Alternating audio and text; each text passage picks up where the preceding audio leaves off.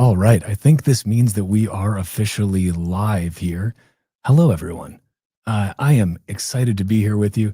Guys, I've got to say also, this is my first time streaming with Roxham, so I'm extremely excited to be here. This is a brand new show called The Breaking Bit. That is a working title as well. So if you do have any suggestions for a different name for the show, I would be more than happy to hear them. You can drop a comment. I am always happy to take constructive criticism on potential show titles, but we'll go with The Breaking Bit for now. If you do not know me, my name is Walker America. I am the host of the Bitcoin podcast and now the host of The Breaking Bit on Roxham TV. Excited to be here. Again, first inaugural stream that we've done so far. So there may be a little bit of some rough patches around the edges as I get accustomed to everything, but we'll figure it out as we go along. We're going to start out today because we have a number of different topics to discuss. We've also got 3 hours to do it. So you guys are stuck with me for quite a while. We are going to add on here a couple of different folks who you probably already know if you're already a fan of Roxham TV, which I hope that you are. And if you're not and you found your way to Roxham TV because of little old me, well, then I am just tickled pink. So let's go ahead and add Nolan and Borja to the stage. I'm going to see if I can. Oh, you got wow, this Roxham TV. I've never had producers, guys. So having producers to do this for me, I've got to say it's pretty outstanding. Nolan, Borja, how are you guys doing? Welcome to the inaugural episode. Thank you guys for joining. Hey, man, thank you. And Nolan, what do you think of Walker's voice, man? It feels like I'm about to watch a movie, man. No doubt. That's why they pay him the big money to do the voiceovers for the big print and all this stuff, Larry. Man, and folks. This is great, man. I love your. But hold on, voice, I thought Carla was part of the deal. I didn't think I'd just be seeing you here. What's going on, Walker? I thought I was coming to see your beautiful wife. Well, you know, she is busy doing the most important job of all, probably the only job more important than Bitcoin podcasting, which is being a mother. So I'm very grateful for that. I am not able to be a mother personally. I can be a dad. I'm doing my best at that job. But yeah, I'll see if I can get her on for one of these episodes. That would be a lot of fun. And it is nice that she is in the same house as I am. So hey, it makes things easier. We're just having fun, Walker. We like you just the way you are. And of course, I appreciate that. We were happy with the solo deal, right? Yeah, okay. Well, but still, I mean, it'd be nice to get her on. She's a hard guest to nail down. That's for sure. Yeah. But guys, thank you for joining. I think this is going to be, I'm really excited to be part of this Roxham team. I think we're going to have a lot of fun with this. It's going to be, I think these are going to continuously be the longest Bitcoin shows that I've done in terms of a 3-hour nonstop session. The only thing I've done longer was a Bitcoin themed Dungeons and Dragons 4+ hour show this past weekend, actually, with Dungeon Master Tatum Turnip, Lynn Alden, my beautiful wife, Carla, Stephen Lubka, and Mags. No Brad Mills? Yeah. That surprises me. No. I did know he was trying to put one together in the past. I don't know if it actually went through. All the Rox, you can do it on Roxham. He is a Roxham talent as well. He does the Breakup Canada, aka the All Out podcast with me on Friday afternoons, talking about the fiat failure that is Canada. So he's ready to go with the Dungeons and Dragons. Well, I've got to talk to our dungeon master about this, but who knows? Maybe this ends up making its way to Roxham. We have yet to release the first episode, so it should be interesting. We would broadcast it. Okay. Well, if Tatum is listening to this right now, Tatum, you know what to do. Hit me up after the fact. I think Tatum's making me edit the whole episode, actually. I'm pretty sure he's left that with me. So again, very happy to have producers who are handling all of that on this show. But guys, excited to talk with you both here. I think that there's a lot going on. And as I was working through kind of what would generally be the theme of this show, I think it's going to be a broad one because ultimately Bitcoin is something that touches so many aspects of our lives. It's not just, yes, it's the savings technology that we use. We all use it. We also use it as a beautiful medium of exchange, but it touches everything, right? Because money touches everything. Money touches the political. Money is, of course, touching the economic. Money touches the social and the technological. And so I think those are all aspects that we can kind of dig into here on the show. And we'll see. How do you guys feel about the title, The Breaking Bit, by the way? I'm still not sure if I'm sold on it. I've got to feel it out a little bit, but maybe it's too close to the breakdown. I don't want to be stealing any thunder. So let me know your thoughts. I'm happy to adjust. I mean, Look, I think it's a good start, Walker. Breaking Bit. This is a good way to start. I mean, we like breaking things, right? There we go. So we like breaking bits. We don't like losing the bits, but most definitely, if we can break bits, we like it. So I say it's a good start. But then, man, this is a rabbit hole. As you were just saying, Bitcoin is a rabbit hole. What's going on right now is a rabbit hole. Roxxam and Roxxam T are a rabbit hole.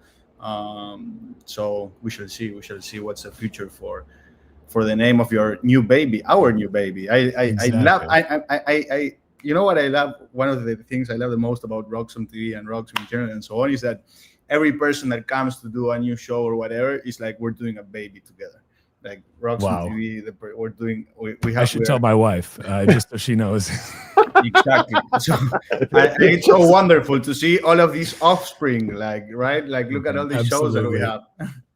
Absolutely. Well, actually, that's before we kind of get in, because there's, again, we've got a lot of a lot of time here to be able to fill, which is a wonderful thing. Honestly, I would love to kind of talk about a little bit. Actually, just I'm sure you guys have obviously covered this before, but since I have you here and now this is my show, so I get to ask the questions, right? I would love, Borja, if you can start out with kind of like. I feel like a lot of people, maybe if they're tuning in because I shared this and maybe they haven't been following Roxxam before, perhaps they are not kind of aware of what you guys are doing. And kind of there's a few different aspects to this business, one of which is a 24/7, 365 Bitcoin streaming media company, television show. It feels weird to even say television, but you know what I mean? It's broadcasting 24/7, 365. This is something that nobody else is really doing in this way right now. Can you talk about that a little bit and why you guys felt that this was necessary, and kind of also why the time is now to do something like this?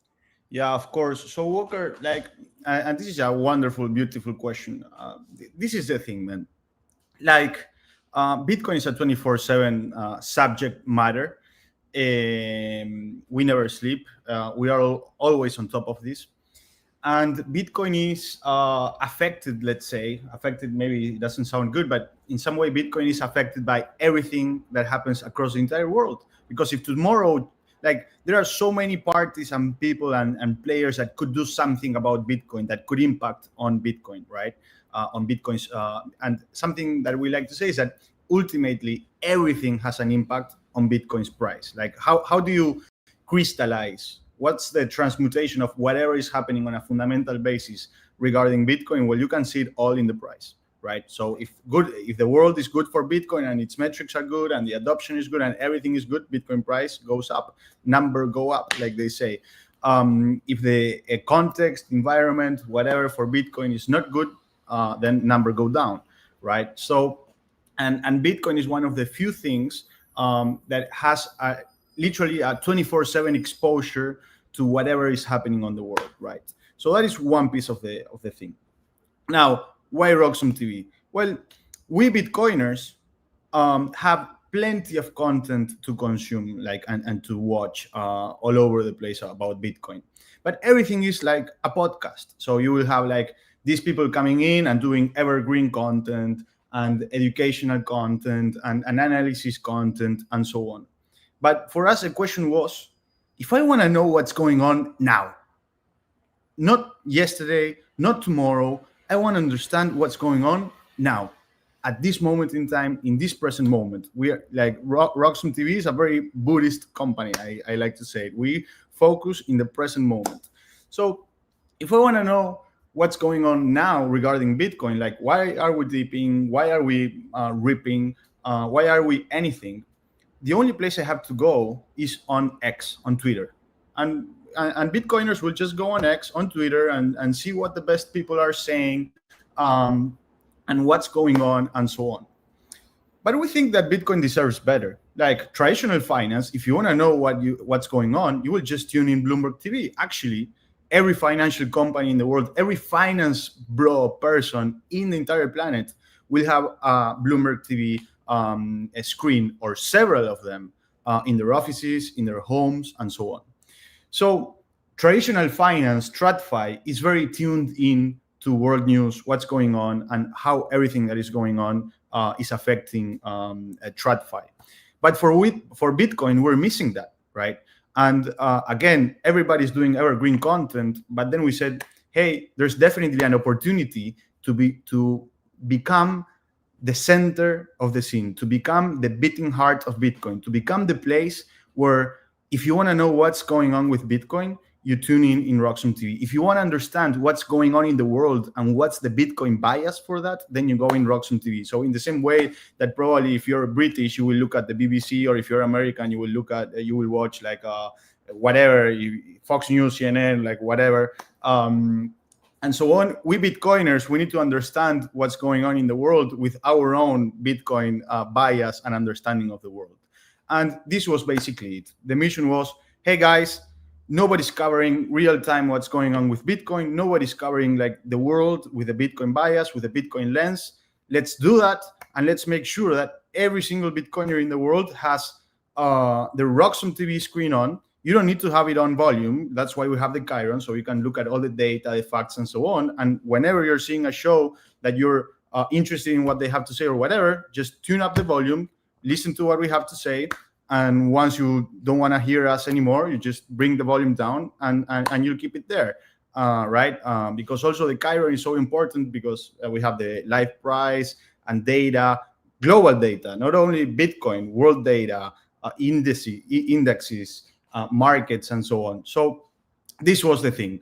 Let's make the place so the only true place where every Bitcoiner has it on a 24/7 basis. So our goal, our mission, let's say, is to unleash the Bitcoin economy, let's say. And our goal is to make sure that, again, every Bitcoiner, if you go to a Bitcoiner's house, office, finance company, or whatever, you should see a Bloomberg TV screen and a Roxum TV screen. And that's pretty much it. Yeah. Oh, go ahead, Nolan. No, it's okay. You go ahead. I'll add. I just had a media perspective to add on to that. It was, Well, yeah. I think he covered a lot of it, but there's the small incidents of media business I can add. Well, no, please go ahead. Yeah, when you talked about just how it applies to everything, I worked at CoinDesk for a long time, and of course we had to cover crypto back then, and crypto is such a niche thing. People asked me when it was possible to do Bitcoin only media, when Bitcoin Magazine focused on Bitcoin, and I joined Bitcoin Magazine specifically to do that. And people would say, oh, how much harder it is to program a show or an event? Because that's what I did for a long time, was program the live events. If it's just Bitcoin versus crypto, I said, actually, it's much easier. Like if you're doing crypto, it's just like scaling markets. It's like baseball cards. It's limited to a collection thing. And it's a real thing, crypto, but it's no more significant to the world and history as baseball cards or Pokemon. It's a total thing. But Bitcoin indeed is like a worldview. People identify themselves as Bitcoiners, sometimes before even a nation state. You're American, so you might not see this as much because your national identity as American is probably one of the most robust in the world. But if you're from a place like Argentina or Canada, like, I don't know, it's a pretty dumb place, right? I'm not going around the world saying, hey, I'm Canadian, guys. Hey, I'm Canadian. For a long time now, because I have lived in the United States, I do identify as a Bitcoiner, right? I self-identify. It's my worldview. I literally look at everything through the lens of Bitcoin. And just as Borja was saying, when Bitcoin Magazine made it possible already 6 years ago to just focus on Bitcoin, the content was still in that crypto world where it was the podcasts, indeed, the evergreen kind of stuff. And it was still coming at it as if it was a niche like baseball cards. No one had really thought of doing it as a platform that you can look at everything happening in the world and to really make it more like talk radio, if you will, right? We're not here. I mean, we're of course, new people to Bitcoin can get something out of our content because we're not going into the niche corners of scaling in Bitcoin. We're still talking about things you'd recognize every day, but we're giving our third rail take on it all the time. And Bitcoin has often had this third rail. We're not Democrats, we're not Republicans, although conservatism and liberalism exists within Bitcoin. We don't have the same separation that a lot of people have because of the echo chambers. Bitcoiners love to fight. We like to cover all the fighting on our network, that's for sure. But it really is a place for Bitcoiners to just be immersed in the same way that radio is kind of local, like by cities. It's not really necessary. I mean, Rush Limbaugh, there's a few who are nationally syndicated radio shows, but the radio shows are trying to target a specific geography.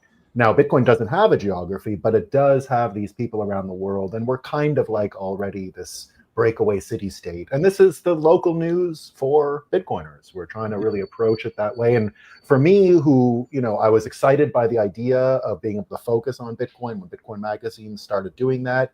But this is just much further along that road. That's what attracted me to it immediately, was this ability to just take the news as it comes in, give the Bitcoin take on it. The news is going to be delivered up every single day to you, and there's always a third rail type Bitcoin take on this stuff. So we're that for Bitcoiners. We really want to be your local news network, right? And we think of it in terms of being a local news network for Bitcoiners, and thinking about radio in the same way that we think of radio content.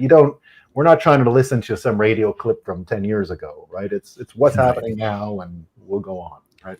And I love that sorry, perspective. Walker. Just one thing I would add to what Nolan was saying. Today, whenever something happens, you have all the media, all the crypto Bitcoin media companies competing for who's the first tweet, right? Like who posts first that whatever happened. We are not in that turf. Our turf, you know what it is to be the first opinion, the first comment. So you will see on X that whatever, this company bought this, or the other company did that, or whatever happened in Bitcoin. But that's just a headline. As soon as you see that, what will happen is that you will go on Roxum TV and you will have a top voice, expert opinion person, key opinion leader, talking about the news and giving the opinion, the comment, right? So everybody's turfing for who's in to deliver the headline of the news, because everybody's doing on X or an article. Our turf is actually to giving you the opinion, the analysis, the real life commentary on what this actually means, what is going on, and so on. So that is also something important that I wanted to mention. I think it's really powerful to be able to actually have that. I love the idea of kind of your it's really almost the network state from a news media perspective, right? Yes, Bitcoin is global, but you're trying to give it that local feel, because, wherever you are as a Bitcoiner, there you are. You're still a Bitcoiner. It doesn't matter where you are. You're still part of that. I know some people don't like the term Bitcoin community, but for lack of a better term, let's use it, right? Maybe it's not perfect. If anyone has any suggestions for a better one, happy to hear it. Bitcoin industry doesn't feel quite right, because a lot of people would consider themselves part of the Bitcoin community, but maybe they don't work in the Bitcoin industry. They're still, still have a fiat job. They're still stacking sats as they can, but they're not working in the industry. They're part of the community. So again, if there's a better word than community, happy to hear it. But I think that that's really important to be able to provide that, Nolan, as you said, that third rail, that third path, that different perspective, because so much of our current news media, and not just the legacy media anymore, which we can talk about how their numbers are absolutely abysmal and they're really inconsequential at this point. Don't know why anyone gives them advertising dollars, honestly, given how low their viewership is. But if you even look at let's say the largest podcasts, the largest Rumble or YouTube shows, they all have some sort of political bent to them. They're all flavored with some, at least in the United States, which is where a lot of the biggest ones are, they're flavored with some sort of red-blue partisanship. And they're always approaching everything from that lens. And when you're always approaching everything from a partisan lens, and this is the same, in any country, not just the US, but this is what I know the best, right? When you approach something through a partisan lens, it is necessarily going to have a slant. It is necessarily going to be biased. It is not going to be, the goal is not objectivity, ultimately. The goal is propaganda. And that's okay if you're honest about that.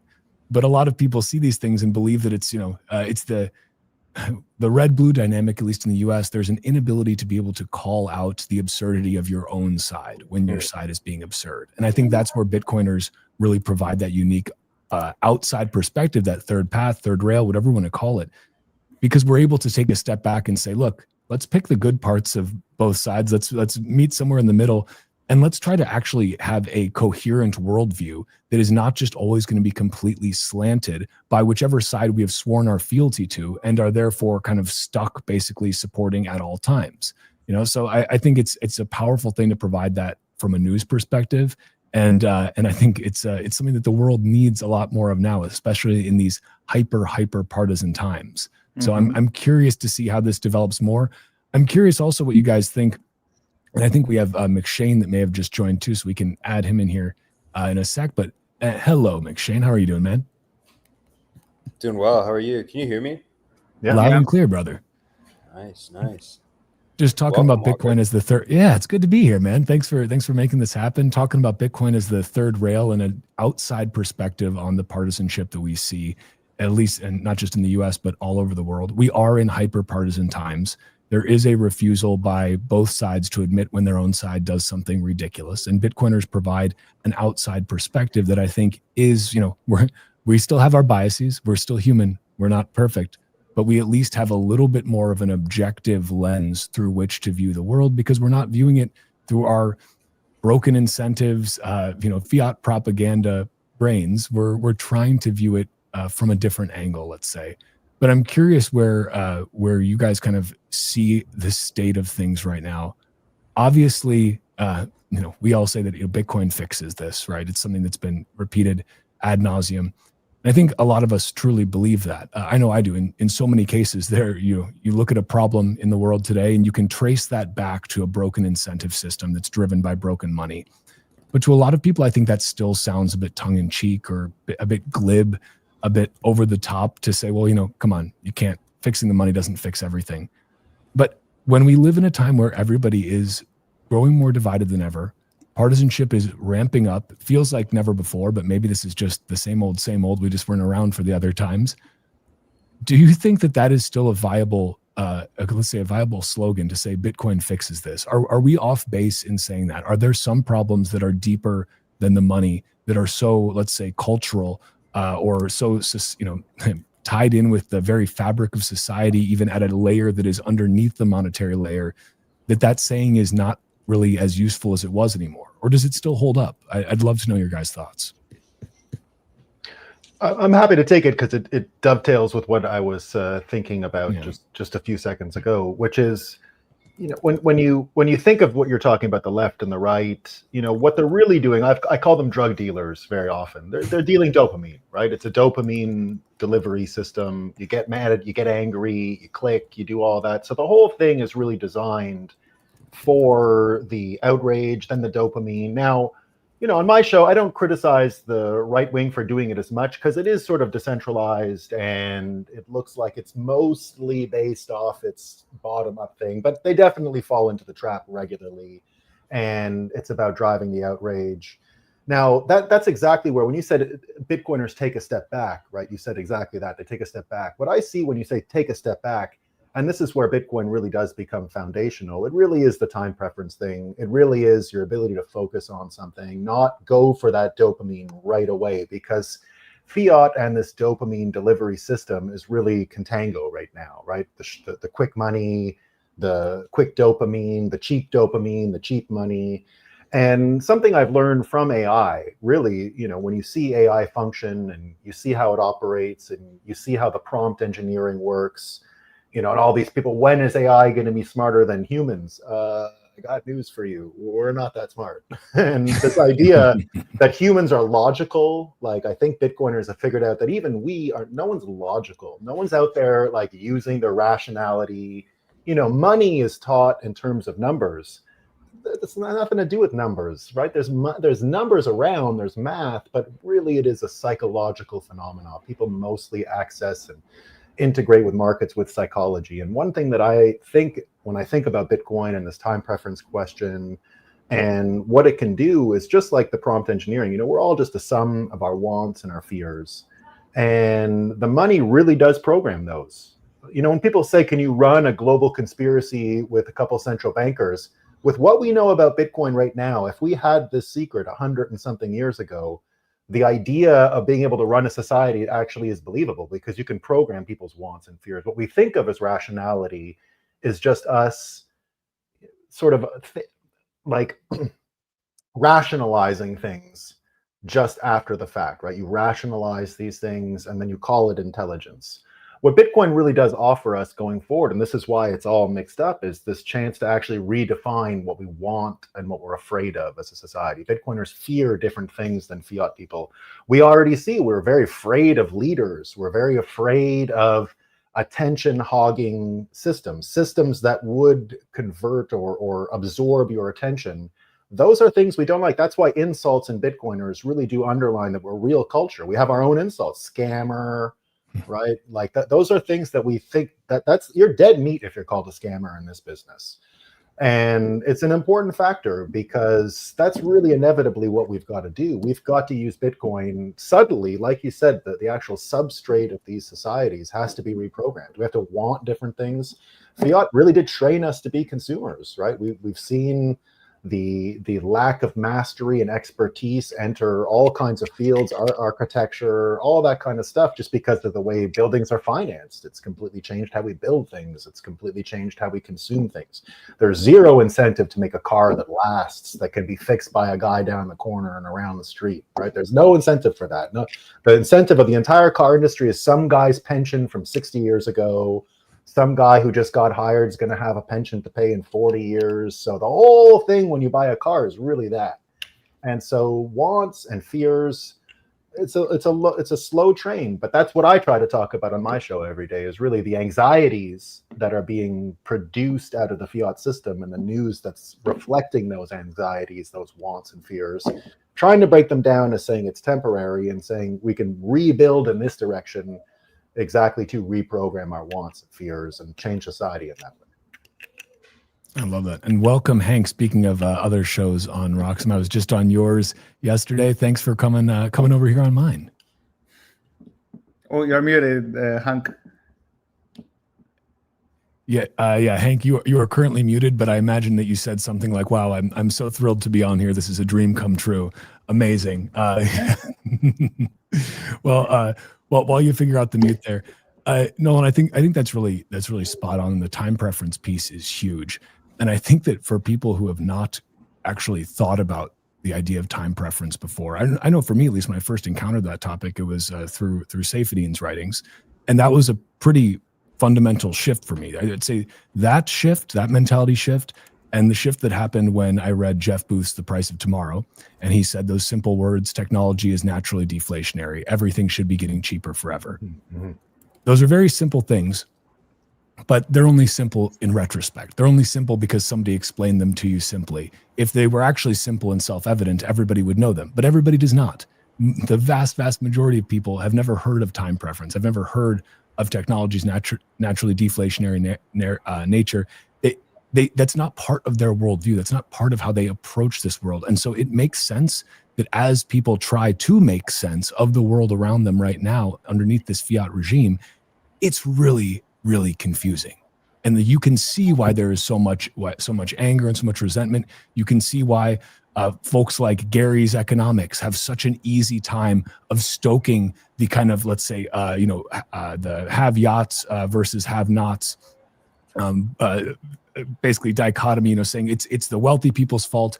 It's their fault. Everything can be traced back to them. We just need a wealth tax. We just need one more tax. We just need one more little thing for daddy government to do, and then it'll all be fixed. And then we can finally, everyone will be fair and everyone will be happy. We'll all sing Kumbaya around the fire, and the government will definitely stop there, right? We just got to give them a little bit more power.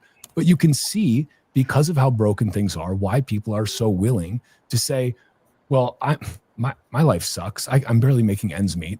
Yeah, maybe the government is right to want to take a little bit more from those guys, not realizing that, again, that's a very high time preference type of thing to say, well, let's just tax those people now. It's not thinking of the second and third order effects of that. It's not thinking about the fact that you'll have a massive wealth exodus. It's not thinking about the fact that taxes always start with the top and then they always trickle down to everybody else. That it's the same with income tax in the U.S.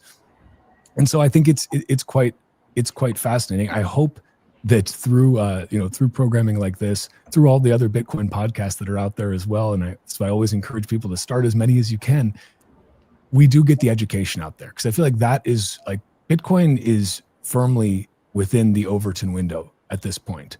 But the problem is that even though it's within that Overton window, it's still very foreign to so many people, it seems, because the education is just they haven't really they haven't gotten there yet. They still aren't really grokking it.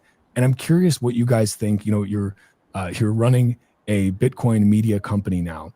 how much of a focus is that? How much of a focus? I know, Borja, you mentioned, yeah, we want to have this, running on just like alongside every Bloomberg stream as well.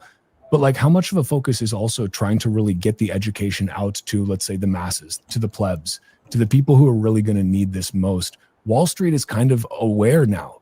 How could you not be with the most successful ETF launch in history with these Bitcoin ETFs? But I think a lot of people have said retail isn't here yet in this cycle. I also heard the argument made that that's a good thing that retail is not here, because as soon as retail arrives, that's a top. I don't know, maybe this time is different, but I'd love your guys' thoughts on how Bitcoin and Bitcoiners, how it approaches the larger scale education of like, how do we onboard more plebs to this? Or is it just a function of the pain needs to be great enough, and the pain isn't great enough yet in the US, but it's great enough in many other parts of the world where you have higher rates of adoption? What is the forcing function of Bitcoin adoption at this stage in Bitcoin's life cycle? I'd love to know what you guys think. Yeah, this is a great question, Walker, and this is exactly why we look to cover world news, because this is not only about just covering what's going on in Bitcoin, because if we only keep ourselves in Bitcoin land, well, then maybe there's plenty of people that are left outside. Whereas if we actually talk about world news, what's going on, but we give the Bitcoin bias, then anybody can start understanding how Bitcoiners live, what Bitcoin is, and so on. Because I'll give a few examples. Number one is, like I said before, BBC, for example, is understanding world news through the UK bias. CNN, Fox News, they are understanding the world news through their Republican or Democrat bias. Al Jazeera is understanding world news through their Middle Eastern bias. We are understanding world news through our Bitcoin, through our Bitcoin bias. So honestly, if I want to know what's a British opinion or whatever, I'll just tune in BBC and see what they are talking about and what they're seeing and what they think about what's going on in the world. Because actually, if you compare Bloomberg TV is a good example. Bloomberg TV's world news finance bias, right? So probably if you tune in on Bloomberg TV, CNN, Fox News, Al Jazeera, BBC, they are all talking about the same thing. They just have a different bias, right? So for us, this is the way of how to reach the masses. We'll give you the news you need, but we'll just put our bias. And a clear example of this is money printing, debt.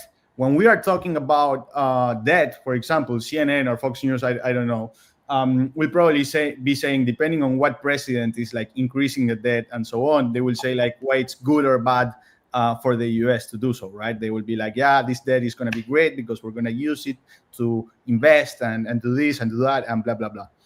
For our bias in Bitcoin is like, man, this is terrible. This is great news for Bitcoin. This is terrible news for everybody living in that country. This sucks, like I'm from Argentina. Let me tell you what happens when you print a bunch of money. Well, it just debases, man.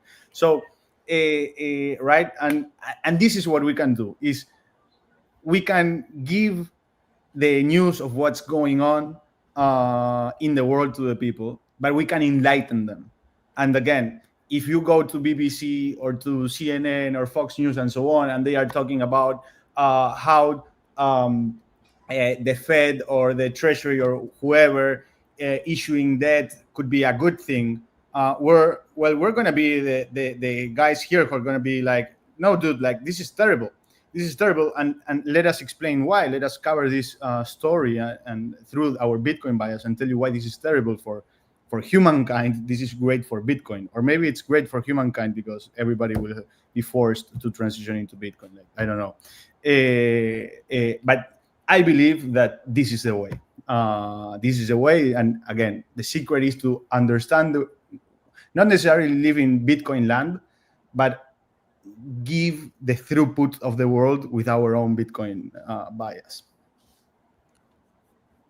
I love that perspective, and I think that it is more important now than ever as people search for not just the kind of the why behind why am I feeling why does everything seem so chaotic, why does it feel like I can't get ahead, but just like why is any of this happening in the first place, what actually caused this, so much of what you see on those, let's say, mainstream legacy political economic bent stations, they talk a lot about the symptoms of the problem.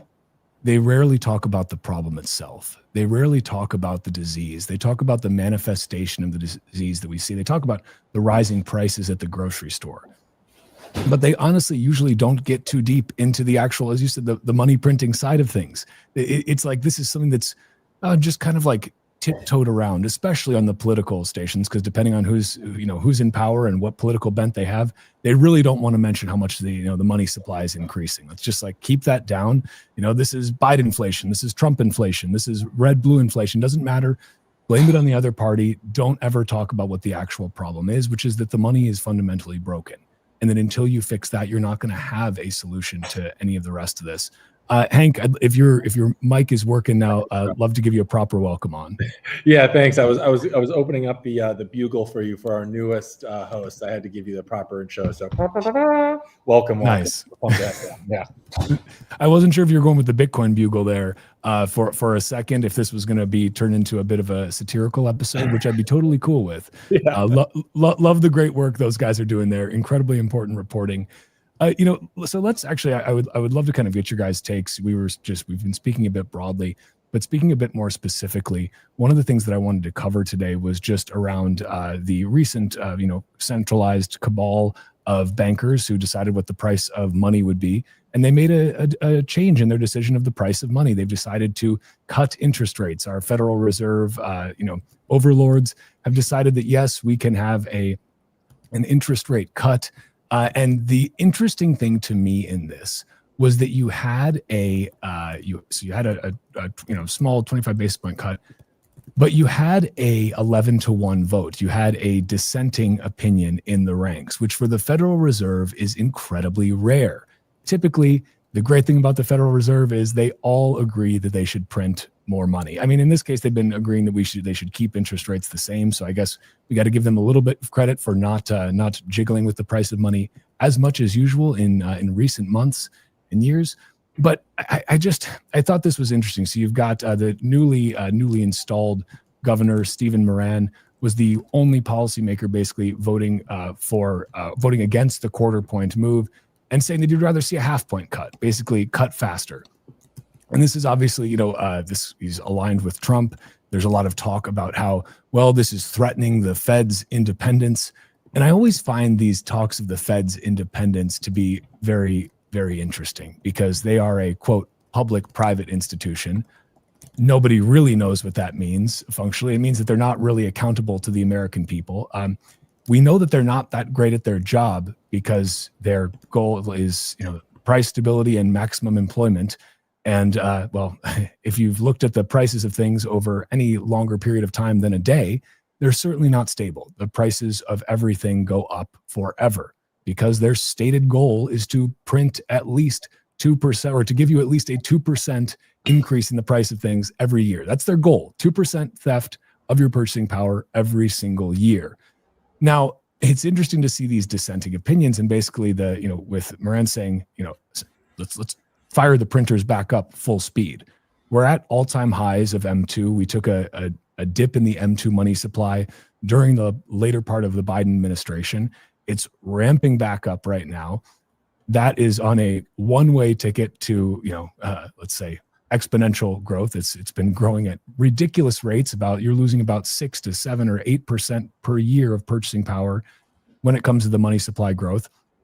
And I'm just curious,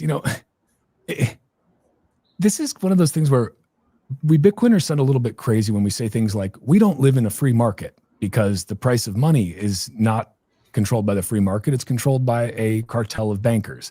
And people kind of look at you a little bit like, what do you mean? These guys they're just a lot of PhD economists. I mean, an army of them, like 500 of them. They've got our best interests at heart, surely, right?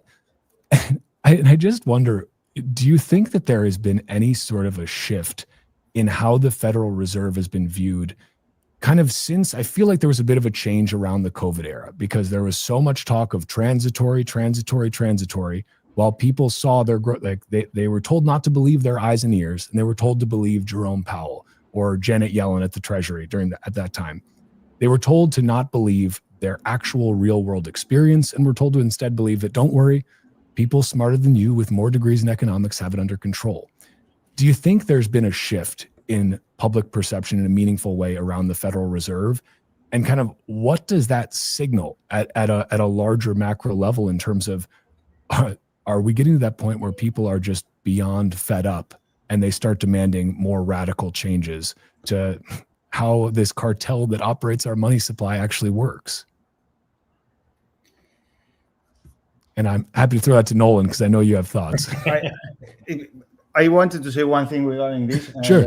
Nolan, which is, something that we've learned in Argentina, and something I love about Argentina. It's a very messy country, but Argentina, I always say, we come from the future. If you want to know what happens when you print a bunch of money, when you get in debt, when you do all of these things, when you do transitory things, well, you should ask an Argentine what's the end result, the end destination of that. And you said something, I just want to compliment this. You mentioned something transitory, everything like things, many transitory measures in the US. Well, let me tell you a small story about Argentina. In the year 2000, we placed transitory 0.6% tax on bank transfers. So here companies, when they make a bank transfer, they pay 0.6% tax way in and 0.6% way out, right? So total 1.2%. Moving money has a cost of 1.2% for companies. And this was supposed to be transitory. So I just say this and drop the mic. There is nothing is more permanent than any transitory measure. Amen. Yeah. The and that's just it. It's that they became political, right? They lost that time preference. They broke promises over time, if you will, a social contract, let's say, especially after COVID. And you can take the extreme version of that to here in Canada, where the central bank actually showed its deputized powers from the federal government, explicitly political. The current prime minister was a former central banker, and it was his bright idea to sick the banks on the protesters. So he thought it was a great solution, right?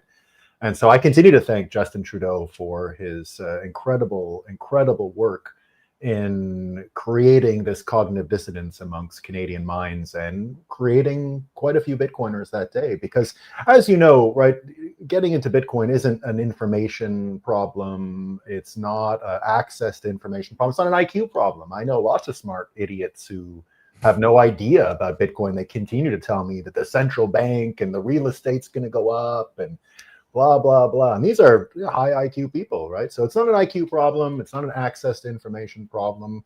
It's always been an issue of just facing reality. And that's what the Federal Reserve has been complicit and political in doing, is hiding the truth. Like China is more developed than America, by the way. Like we're losing big time, right? You go to China now, we were all just there. I mean, you go to Shenzhen and it makes our beautiful New York City look like it's from 150 years ago. It makes it explicitly look like a 19th century city. And I mean, just the noise and the chaos and everything like that. So now I love the noise and I love the chaos and all that stuff. So it's not an indictment of those things. But what it comes down to is the Federal Reserve has become political. And the result of all of this is that there's just this lack of trust in all of these institutions. It's not going to get put back in the tube. Everything we created, more or less, to win World War II, right? World War II was really this centralization of power into Washington, D.C., and then that great big, I in my mind picture the whole bureaucracy. Remember we're going to go get them, right? All this stuff, buy the war bonds. All this stuff was created and centralized power in Washington, D.C. It stripped away state power, and it created this huge, unaccountable, unelected edifice that continues to sit there. And it's not useful anymore, right? We never, everything we built, that great big aircraft carrier we built to win World War II, we never shut it off. It's still humming along. It's still sitting there and now causing more trouble than good. It's not solving any problems. It's not making the world more peaceful. No one's afraid of the aircraft carriers anymore. The Houthis and their stupid drones have kept the Suez Canal closed for 8 months now, right? They can't send an aircraft carrier against some Houthis with $2,000 drones. So there's clearly a problem. And that's the cognitive dissonance part is really, to me, how a lot of people are going to be orange pilled in the future. And that's, I think, what we offer at Roxham is seeing the world from a Bitcoin point of view actually is jarring for people, right? Not falling into these typical sides of a political fight. Seeing it from a Bitcoin point of view can actually create a kind of reverberation in an audience. They see, oh, wait a minute, there's a whole world out there. And you hear this about Bitcoiners a lot. They're speaking a different language. You'll hear normies say that. They're speaking a different language. I don't understand what they're talking. I was with Bitcoiners and they're sure of this stuff, but it's a different language. Well, that's really where we have a huge advantage. Because like I said, it's not about arguing. It's not, you can't show someone the math of the Federal Reserve and say, look, it's finished, right? That doesn't work. People will not understand the graph. Like I said earlier, Keynesian economics, and just like you said about Booth and Seyfeddian, Austrian economics understands that money is psychological, that it's a psychological engine, that all of this is about the psychology, the ability to plan, the mindset that goes into it. And the fiat mind now is a dopamine addicted, short attention span, consume mindset. And that's why you see all these systems breaking. They can't sort of hold the line. They can't create strong enough people to even perpetuate the system. Inevitably, Bitcoin wins because there's two forces. People want to get rich. They want to figure out how to make money. And that's one of those wants and fears. And the other thing, the fear, is the fiat apocalypse. Like, this stuff is breaking systemically across the board. So anyone who thinks that this institution or that institution is going to save them, including political parties, are probably misreading the degree to which the world's about to change and is changing. And so that's what we're trying to do here. And that's what I think we can offer to people who are coming at this. The best sort of candidate that we have to watch Roxham is people who are saying, wait a minute, there's no hope in previous systems. These guys seem to have an idea of how we get out of this pickle. And we do. I think everyone in Bitcoin does see the path forward. They do see a thread that we can, just a small little, very tight band of a path towards fixing all of this stuff and sort of rebooting America, rebooting a lot of our cultures and societies and getting them back on track. So the Federal Reserve, I mean, I've said this story from the beginning, these are all these abstractions. They help you with accountability. Just look at the way they run our Congress, right? The whole omnibus bills. The whole point of the omnibus bill is to continue to take away responsibility from the people voting on it. They'll say, well, that guy, and I had to get my thing, and if he didn't, then I can't, and what am I going to do? Just take all the money.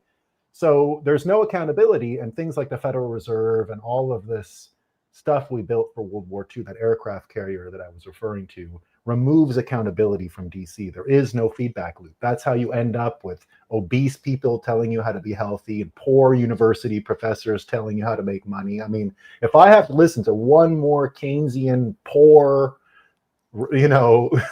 professor tell me how to make money, it's absurd. It's completely ridiculous. So Bitcoiners have chosen the best asset in the past 10 years. We kicked everyone's ass on Wall Street. And so we're here waiting to tell people what the secret is. And that, I think, is the path forward. And the subordination of the Federal Reserve is a symptom of having to subordinate all of these institutions that take away accountability from leaders.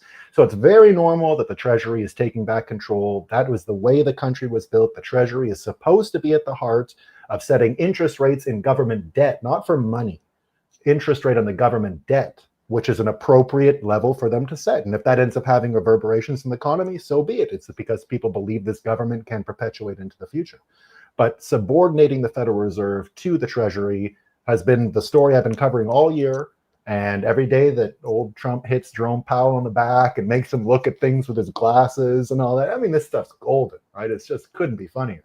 So that's what's going on, and Bitcoin is a part of that equation. The only reason the president and Bessent can even treat Powell and the Fed this way is because they have this concept of the Bitcoin balance sheet, the Bitcoin bonds, the Bitcoin treasury system, stable coins. That's who's creating the new buyers of debt. And that's what's going to support the government going forward. Yeah. McShane or Hank, if you guys want a chance to jump in on that at all. Rephrase what was the actual question again? I got lost in Nolan's web of the Well, world. no. I mean, and nobody like can really get deep into it like Nolan. I love it, man. So I mean, I guess more broadly, it's just to kind of play off what Nolan said. It's like we're at this point where I'm curious if people have the original questions. I'm curious if people are starting to wake up to the fact that, look, the Federal Reserve is not what it seems. These people genuinely control, like, it is actually foundational in how your life, like how you experience your life. It is foundational. Like, the money influences everything else. Like, it influences the things you touch every single day. It influences your gas, your groceries, your childcare, your car payments, all of these things. And it's a group of, a cartel of unelected banker bureaucrats supported by an army of PhD economists who just kind of decide in their, closed room sessions and then let you know later on, hey, here's how much we decided to change or not change the price of money. And here's how much new money we decided to create. Do you think people are waking up to it? No. I mean, not on the whole. It's by design. Most people don't know what the Federal Reserve is. I guarantee it. Like, most people, if you just go talk to them on the streets, have no idea what its core function is, what the history of it is, what its future may look like, why they have Fed meetings. Actually, we have an exercise when we try to even broadcast these things. We can't even find the links for these meetings that they're giving to address the public. They like hide them on these really terrible. I think it's on purpose. Like, I think some of this stuff is the government is kind of hilariously inadept at using the internet and press coverage of things and getting information out to the public, clear, transparent metrics, and I think it's so that people don't pay too much attention to what they're doing. And they do write it off as a circus and a clown show and lip service. And, oh yeah, they're all corrupt. Like, I'm not going to pay too much attention to that. What's Jimmy Kimmel got to say? He'll translate it for me. What's Jimmy Kimmel talking about today? Like, this stuff is too boring to even pay attention to. So I think we have to go out and keep pulling back the veil on that, unfortunately. And I think that's something I can't remember who mentioned it at first, but I think that's something, that initial kind of Band-Aid rip is something that Saifedean did really well. He took all of the Austrian economists, Hans Hermann Hoppe and a bunch of other great authors, put them together and applied them to our contemporary moment and said, look what's happening to our society in every sector of it. He broke it down. I don't think people understand. He wrote all of those books at once. It was just taking it was like putting on glasses and just looking at the world and just writing down what he saw in every sector. The Harvard Nutritional School, what have they done to our food? They're poisoning the food. Look what's happening to the economy, to the military industrial complex, just I call it the largesse of the Fiat monster. And it gets bigger and bigger. It wraps its tentacles, its arms. These institutions get larger and larger. These schools are studying things that are further and further departed from reality, and they're so far from anything that would survive on a free market that you can't have a conversation about it. You don't even know what they are. The people themselves don't even know what they are as people. Like, and that's how far it's got. It's just like universes. I don't know. It's a crazy world, man. But no, that's why we're here. That's why we're on the Roxham mission, trying to give people a new perspective on this stuff that's orthogonal to red versus blue, because they are symptomatic of the same kind of attention and thinking problems. And even though they are kind of two different races of Americans that don't really intermarry very much, they both are very, very flawed in what they do. And I think we actually agree as humans on like 95% of the same things. And the problem that we have is that we can't figure out how to talk about the other five. in like a productive way. And we got to be able to do that without killing each other. So I think, free speech and free markets are a major part of that, that need to exist. So we have to protect those. But anyway.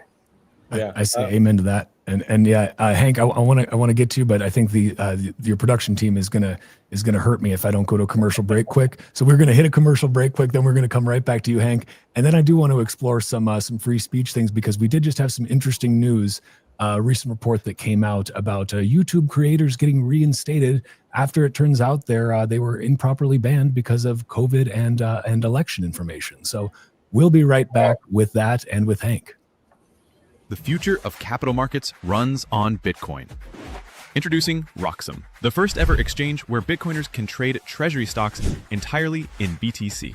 Get exposure to top Bitcoin holding companies like MicroStrategy and Metaplanet, priced in Bitcoin from the start. No fiat, no middlemen. This is what financial freedom looks like. Early access now live at roxum.com/treasuries. Built by Bitcoiners for Bitcoiners.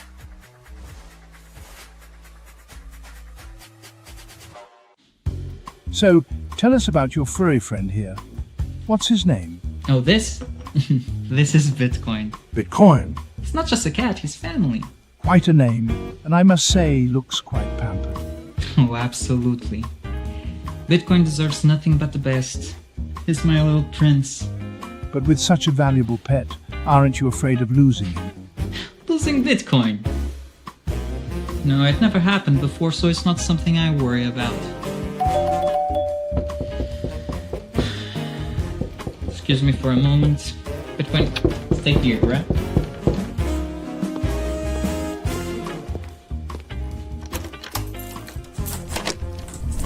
Bitcoin, no!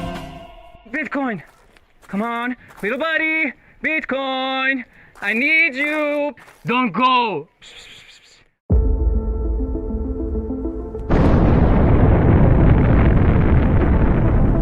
In a world far away. Nah, just kidding. This story begins in this world.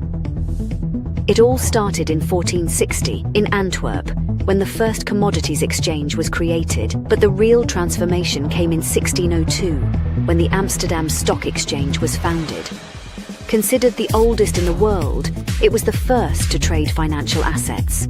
Over the years, Britain expanded its colonial and maritime influence, and the British pound sterling overtook the Dutch guilder in the market. Thus, the London Stock Exchange became the financial centre of the world. The 20th century came, and the world got into some trouble. But shortly after World War II, the Bretton Woods Agreement established the dollar as the world's primary reserve currency, and the center of the planet moved to Wall Street. Today, we're traveling at the speed of light towards a new age, an era shaped by the consolidation of Bitcoin as the currency that will define the future of the markets. We present Roxum, a new Bitcoin-denominated market that allows trading all sorts of securities, commodities, derivatives, options, and anything you can imagine. Roxum, rock-solid markets. Security matters. Zappo Bank, the only way to bank your Bitcoin.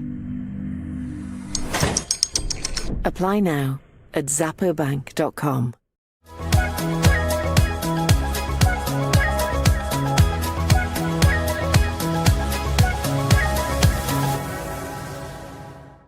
The future of capital markets runs on Bitcoin. Introducing Roxum, the first ever exchange where Bitcoiners can trade treasury stocks entirely in BTC. Get exposure to top Bitcoin holding companies like MicroStrategy and Metaplanet, priced in Bitcoin from the start. No fiat, no middlemen. This is what financial freedom looks like. Early access now live at roxum.com/treasuries. Built by Bitcoiners for Bitcoiners. All right, we are back. First commercial break went off without a hitch. Fantastic. So Hank, wanted to give you a chance to kind of piggyback on what McShane was saying there. Do you think that we're at this point where people still just don't care about the Federal Reserve? They don't actually care about the reason for all the pain that they're feeling, that they just genuinely can't be bothered? Or do you have a different opinion? Well, first of all, thank you, Batman. Ever since you said that yesterday, I can't get your amazing Batman voice out of my head. But I think people have no idea right now, right? I think we as Americans specifically, or especially, I should say, live in this bubble. And we don't address symptoms of things when they happen. We address problems when they happen. So it's like there's a leaky dam. We're not worried about the leak. We're waiting to address it till it breaks. And I feel like with American currency, specifically in the fiat here, people know that inflation is very real. It's worse than ever, but I don't think people are really feeling it yet where they need to, the way that like Argentina has feels. It was interesting actually listening to Borja say about them living in the future, but like not necessarily in a good way, but also not in a good way, right? Like I'm not excited for a future where the dollar is getting killed like the Argentinian currency, but it will bring us closer to and faster to that Bitcoin future. So, I think that's kind of the thing that I love about what we're doing here at Roxum, right? And we talked about this when I had you on our show the other day, was that, you can lead a horse, but if that horse doesn't want to drink, you're not going to get it to drink no matter how good that water is, no matter how refreshing you tell them it is. People need to experience, I think, pain for themselves in order to really facilitate any kind of change in their worldview or thinking. And what I like about what we're doing at Roxum is there's kind of a little bit for everybody, right? And everybody kind of ingests information differently and responds to that information differently. So like you have Count over here who can put the pieces together like a conspiracy corkboard and tell you this is happening because of this and this and this. And a lot of people like to ingest their worldview in that way. But that's not for everybody. Like, and for what we do on the Blockchain Report, I'm just trying to provide as many small data points to people in terms of what is happening right now and what you should be paying attention to, in hopes that they eventually take it on themselves to do the homework needed to see what's really happening right now. So do I think people are awake to what's going on, especially with American currency and all that? No, I don't. Will they sooner than later? They're going to have to. But I'm really proud of like the team we have here at Roxum, because everybody kind of touches on a different communication style that I think is going to slowly but surely continue to orange pill the world, which I think will be something that's good for everybody. I think we can agree on that. So do people see what's happening? No. Will they eventually? Yes. But they might experience a little more pain than they'd like to along the way. But we're hoping with some more information and data points, they can, get on track before they have to experience those things that we're seeing in a lot of South American countries right now, for instance. So, yeah, that's I've kind of taken a turn from pushing people to the solution right away, but to help them get them to acknowledge the problem. I found that a lot of people actually believe, they truly believe that inflation is a necessary, important part of the economy. That old, what was it, Joe Biden who always says that keeps the economy running, just a little bit of juiced up. Yeah. Keeps it juiced. Yeah. You gotta hit it with a little inflation to keep it juiced. So you gotta, that's like a basic, misunderstanding of the fundamental kind of thermodynamics of money. So it's just like, we got to go back to the basics here. What is money? Can we talk about it as a nation, as a household, as a community? It's very difficult. It's not, I think Nolan and I both experienced this handed down to South America. Like they're happy to talk about money. Argentinians, they get it. They get different economic theories. They understand the ebbs and flows. America's been so successful with its US dollar and in kicking that ball and that lifespan of the US dollar down the road that people don't understand that these things break and collapse all the time. They write it off. And that the US dollar is kind of new. Like it's only $100. It's only 100 years old, 100 and something years old, right? Like there was a whole America before. The whole America. But it's already overdue in the average lifespan of currencies. It's already overdue for a collapse, and we don't want to collapse. It's not that we're here cheering for some type of hyper volatile turnover, but people need to understand that they shouldn't have to become investment experts in managing, index funds of kind of like dissimilar assets to stay afloat year to year. Just inflation, like that's not. It's like you work at a grocery store. You should be able to just pay your rent and move on. Like you don't need to become an investment expert. So like it's about recognizing the position that we're in we might have to step back even from even bringing Bitcoin into that equation, because it blows the amount of misinformation out there is about it, or even correct information can blow their mind, right? Like one Bitcoin is $112,000. Oh, okay. These are big numbers. I'm not. I can't touch any of that. That's expensive. I got an anecdote that reminds me of this. It was in China years ago in early Bitcoin in 2016, and it was sort of an early crypto meeting. So there were a lot of Bitcoiners. Samson Mao was there, and Vitalik was there because there was Ethereum stuff, and we're all in China. And of course, the Chinese government sent a bunch of spies, right? So there are spies everywhere, right? So Obama was still president. It was a whole different planet.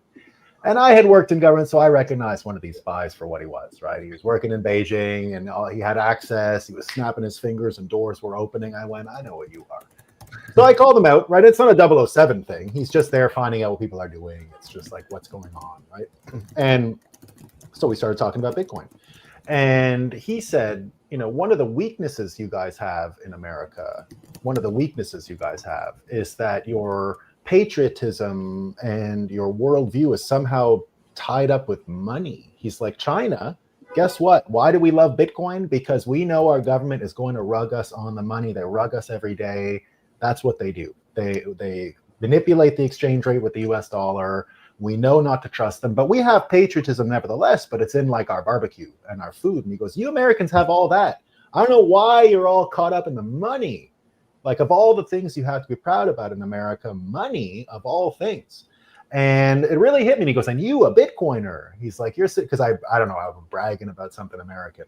And so he told me that, and it kind of shocked me. And I realized right there, the path that Americans had was different than a lot of other countries to understand Bitcoin, because indeed, Americans love America, of course, right?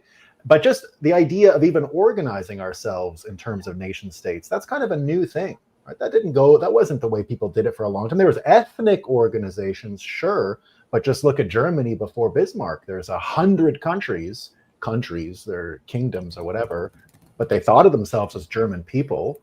And so money really helped align identity and patriotism, and they're all one bound up thing. And Americans are especially bound up with their money. For some reason, it got all caught up in this. And that's a hard thing to let go, right? This idea of, you're winning. Who doesn't want to win?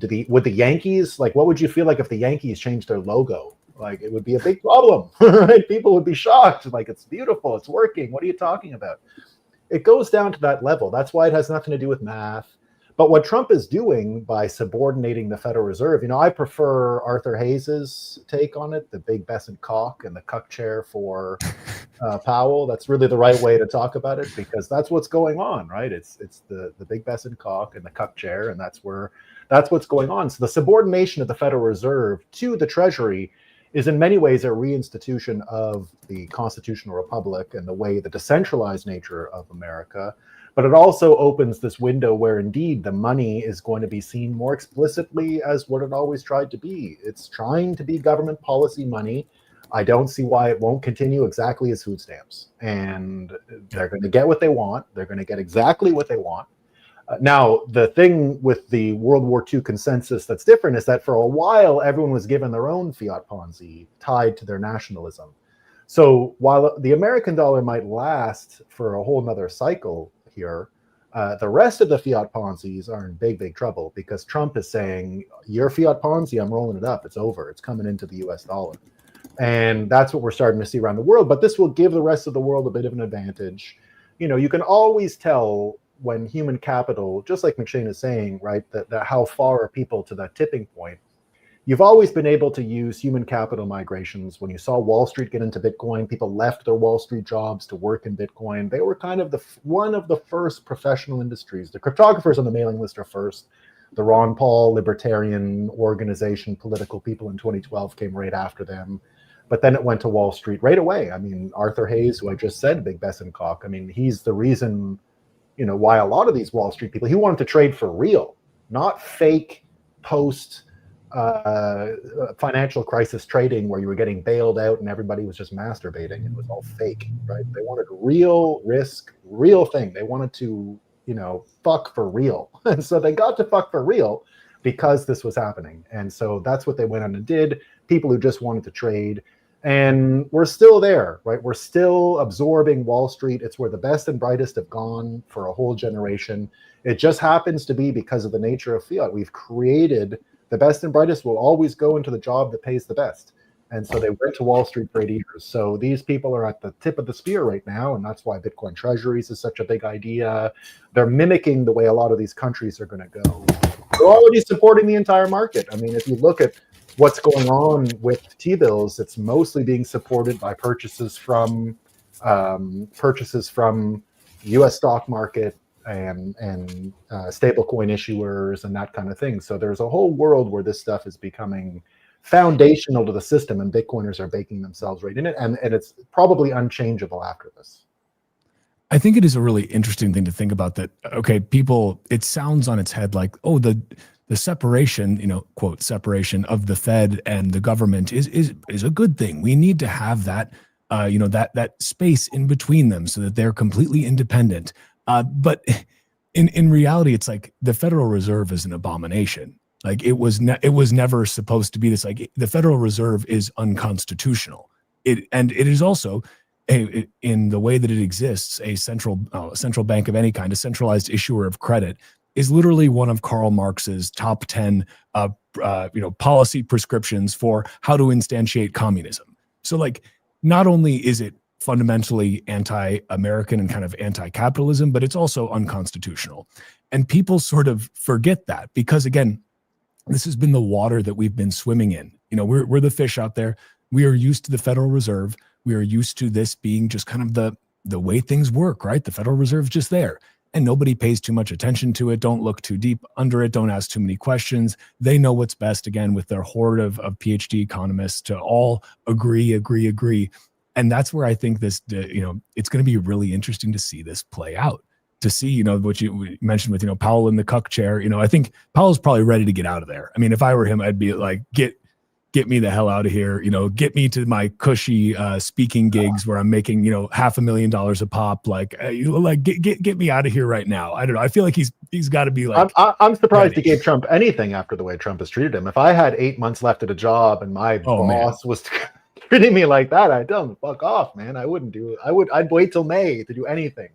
So it surprised me that they got it through this week, but I think catching Lisa Cook with her fraudulent 3 houses and pushing Moran in there meant there was probably no choice. And I think they're coming right out. I think they're going to get a scalp for this because it becomes a kind of not criminal negligence, but it becomes a derelict of duty when he knows now that she's criminal in her 3 mortgages and he didn't act. That could be enough to get him, the hell out of there. And so I imagine that's what's going to happen. I don't think he's making it okay. Yeah, but isn't it just funny how the Federal Reserve can, we had the Rosengren and Kaplan and one other of the higher ups at the Fed who were literally insider trading on material non-public information of the highest order. Like this is even worse than Nancy, greatest stock trader of all time, Pelosi, with her insane net worth that she got on her. I'm actually against, I take a different point of view with the congressional traders, Pelosi included, because she has to publish her trades and anyone could copy them. Sure. Right? At least, sure. I mean, why they don't make a lot of money? Why can't they invest? It's a bit ridiculous. We want good people. I mean, they're not good people, so we got a big problem. But in theory, I don't have a problem with it as long as they publish what they do, and anyone can. I mean, you can copy paste her all day long. But the Fed is different because they were not publishing their trades. So I'm like I don't mind Nancy Pelosi and what she's up to. It doesn't really bug me. I don't get up in arms about it. I understand why people do. It's not a good look, right? It looks stupid, right? But in a future state, we would want credible, intelligent congressional leaders, and we also don't want to pay them a lot of money. So they're only making, they're not even making $200,000 a year, which is fine, but they should have the ability at that to go into capital markets and make investments. So I don't mind. But the Federal Reserve is another story. I agree with you 100%. They should not be anywhere near this stuff. If they're going to take that job, it's one of those few jobs where the 12 people get the hell out of here. You can't invest. Yeah, that's an interesting perspective with Congress, especially now. I think there's a stronger argument to be made for that now that copy trading exists, where you could literally just be able to, it's like, okay, So now everybody's getting access to those sweet, defense contractor insider deals that are about to go live. So we can all profit. And then I suppose a lot of the, but they're not all published. Of course not. And then you do things through your spouse, like Pelosi also did. So you've got multiple vehicles. But I do see the argument there, Nolan, and I think we're both on the same page from the Federal Reserve side. It's like you are literally setting the price of money. Yeah, you're controlling the supply and setting the price of money. And you're insider trading on this information. Like that is it's just so gross and it's just so in your face.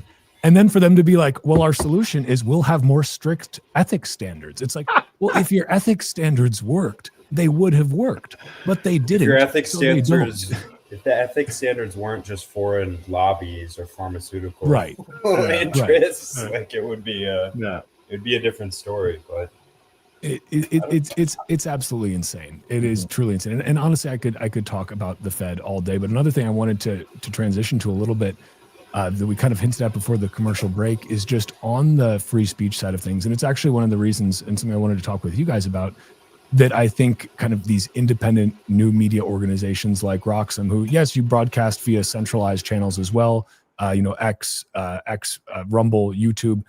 You're also recently got on Nostr, which is fantastic. We can talk about that a little bit as well.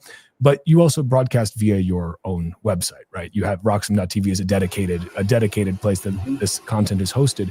And I think that that's genuinely so important because we just had the House Judiciary, GOP Judiciary, just put out basically a statement today saying that Google admitted that, and this is quoting from the GOP's report, so take it with a grain of salt. But this is what they're saying. I'm going to read it verbatim. Google admits censorship under Biden, promises to end bans of YouTube accounts of thousands of Americans censored for political speech. So Washington, D.C. today, thanks to the oversight of Chairman Jim Jordan, Republican Ohio, Google commits to offer all creators previously kicked off YouTube due to political speech violations on topics such as COVID-19, GASP, and elections, an opportunity to return to the platform. Google also admitted that the following to the House Judiciary Committee. One, the Biden administration pressured Google to censor Americans and remove content that did not violate YouTube's policies. Two, the Biden administration censorship pressure was, quote, unacceptable and wrong. Three, public debate should never come at the expense of relying authorities. And that's like, oh, it's nice of you to say that now. The company will never use third-party, quote, fact checkers. All right. Europe's censorship laws target American companies and threaten American speech, including the removal of, quote, lawful content. So this was just fascinating to me because, again, certainly censorship is a bipartisan issue, right? Like if we were at war times, we're always kind of having a little bit of a war, but like if we were in real war times, I guarantee there would be bipartisan support for really, keeping some of that stuff under the rug. But at least now we have these, surveillance tech giants like Google openly admitting that, yes, we did in fact bend the knee because they asked us. And, okay. Now on the one hand, I'm like, well, you can't really blame some of these tech execs because they're thinking, well, the government's telling me this, like, I don't want to go to jail. Mm-hmm. On the other hand, it's like when it comes to Google, like, remember their motto used to be like, don't be evil, right? And they are some of the biggest surveillance giants out there. But I thought this was interesting because it is a bit of a vibe shift, right? It is it's saying the quiet part out loud that we all knew that these people weren't violating Google's actual policies. And this is the problem with some of these arbitrary rules or lack thereof set by these centralized platforms, where even if you are actually in line with the rules of the platform, the quote, community guidelines, which can be changed at a whim. But even if you are in line with them, an authoritarian government can decide to swoop in, put pressure on them and say, look, like, we're going to make your lives hell if you don't do what we say and get rid of these inconvenient voices. And so this goes back. Yeah, go ahead. I don't know. I think there's no repercussions for these tech giants, right? No. Like deplatforming sitting presidents, whatever it is. And that's fine. I don't think you may have a quote unquote freedom of speech, but you don't have like human rights you can't defend. And this one's actually on us for not creating viable alternatives to things like YouTube. Yes. So it's an important time to probably commend Rumble on seeing this problem coming for a long time and build a a giant competitor that isn't going to pull you down. Without AWS, don't forget. Yes. Yeah, without Yeah, AWS. they handle all their own server load, right? In El Salvador for that Yeah. reason. Yeah, That's amazing.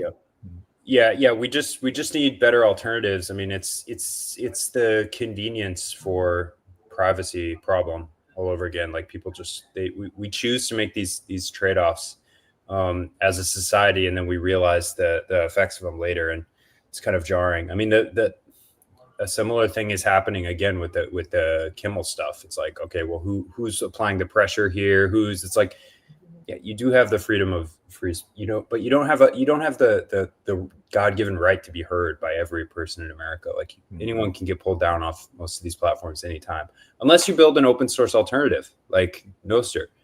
Yeah. And what you said about jarring, right? That for me, one of the most jarring things that's happened in my life, and it happened for years, was having some midwit retard tell me that my opinion is wrong because it was fact checked, as if there's someone out there fact checking stuff. And so it was even credible. But that was the business model, right? That's what Mike Benz and a lot of people have helped us understand, that there was an architecture of deceit out there, and the misinformation police were the biggest spreaders of misinformation. So there's nothing noble about what Google did today. It's because the business model was liquidated by USAID and Doge and all that. And that's what got rid of this business model that put the middleware of disinformation, misinformation software providers and the fake services. Remember, in the Trump administration, they came up with a big dashboard, Media Matters dashboard about misinformation. It was all fake. There was no dashboard. It was all just branding. It was all graphic design. There was no software. There was no AI aggregator of the truth and all that. It was just a bunch of naive people cloaking a censorship story in technobabble and technical theater, and with this highfalutin principle of misinformation, which was completely fake. It was really just a business model. It was a way to suck federal money, tax money of Americans, to be spent on our own censorship. just crazy. So, the good news is, though, that did orange pill a lot of people. I mean, that was one of the best. That when I said cognitive dissonance often spurs people into Bitcoin, the misinformation and censorship campaign around COVID, just like Justin Trudeau, was one of the greatest orange pilling forces America has ever experienced. Because in the early days of Bitcoin, you had to sort of help American audiences imagine what censorship would be like, because we were so sure, Canadians as well, we were so sure it was like a thing from other, like, I don't know, Thailand or Myanmar or something. We didn't really get it. But now you don't have to explain it anymore. People understand what happened here. Their eyes are open to the reality of America, which is that the folks doing the money printing are pretty close to the folks paying for the censorship, and they're all pretty close, and we can see it. So we can see the architecture. It's not even an intellectual construct anymore. It's like engineering. We can physically see there. Okay, that's how you end up having to shut your mouth and take 12 vaccines in your neck to survive, right? There's no choice. That's what's going on. So we can all see it now. And Bitcoiners, that's what always, and I think that's what we do here at Roxham, is that, we've been predicting, Bitcoiners have been predicting this world for well over 10 years. Hank was telling me about his mining life back in, 10 years ago. This was the kind of stuff Bitcoiners were already talking about. But back then you had to try to create a way for people to visualize it. Whereas now we're in it. It's like trying to learn how to swim without being in the water. You can't really learn how to swim from a manual. You kind of got to go in the water and figure it out. And now people are in the water. They're figuring it out. There's no choice. They have to swim. It's not, look, Bitcoin isn't all fun, right? There's a tough part of this, which is it's real. So faster, earlier, better, stack harder. Those are all real concepts. And you don't have that much feedback with reality in fiat. That's why I call them sludge people, right? It's all sludgy. It's like oozing, and they'll ooze anywhere where there's an advantage. There's not really much hard to it. It's not even soft money, it's sludge money, and it produces sludgy brains and sludgy worldviews, and that's what we're dealing with. And that's why the Fed Reserve's been a hard thing. You can't punch sludge. Can't take a direct shot at any of this stuff. It just, Jabba the Hutt everywhere. And so we do our best, right? But Bitcoin is one of those forces that can actually lay a punch on the system. It can actually, because it's so interesting, because people love it, because people are so enthusiastic about it, that kind of stuff actually is medicine against the sludge. And because it does come from a sure-footed nature and a lot of confidence, and the Bitcoiners are able together as a kind of tribe have our own P2P information network, and that helps us hit back. Hank, your take? I didn't know you've been mining from the early days then, huh?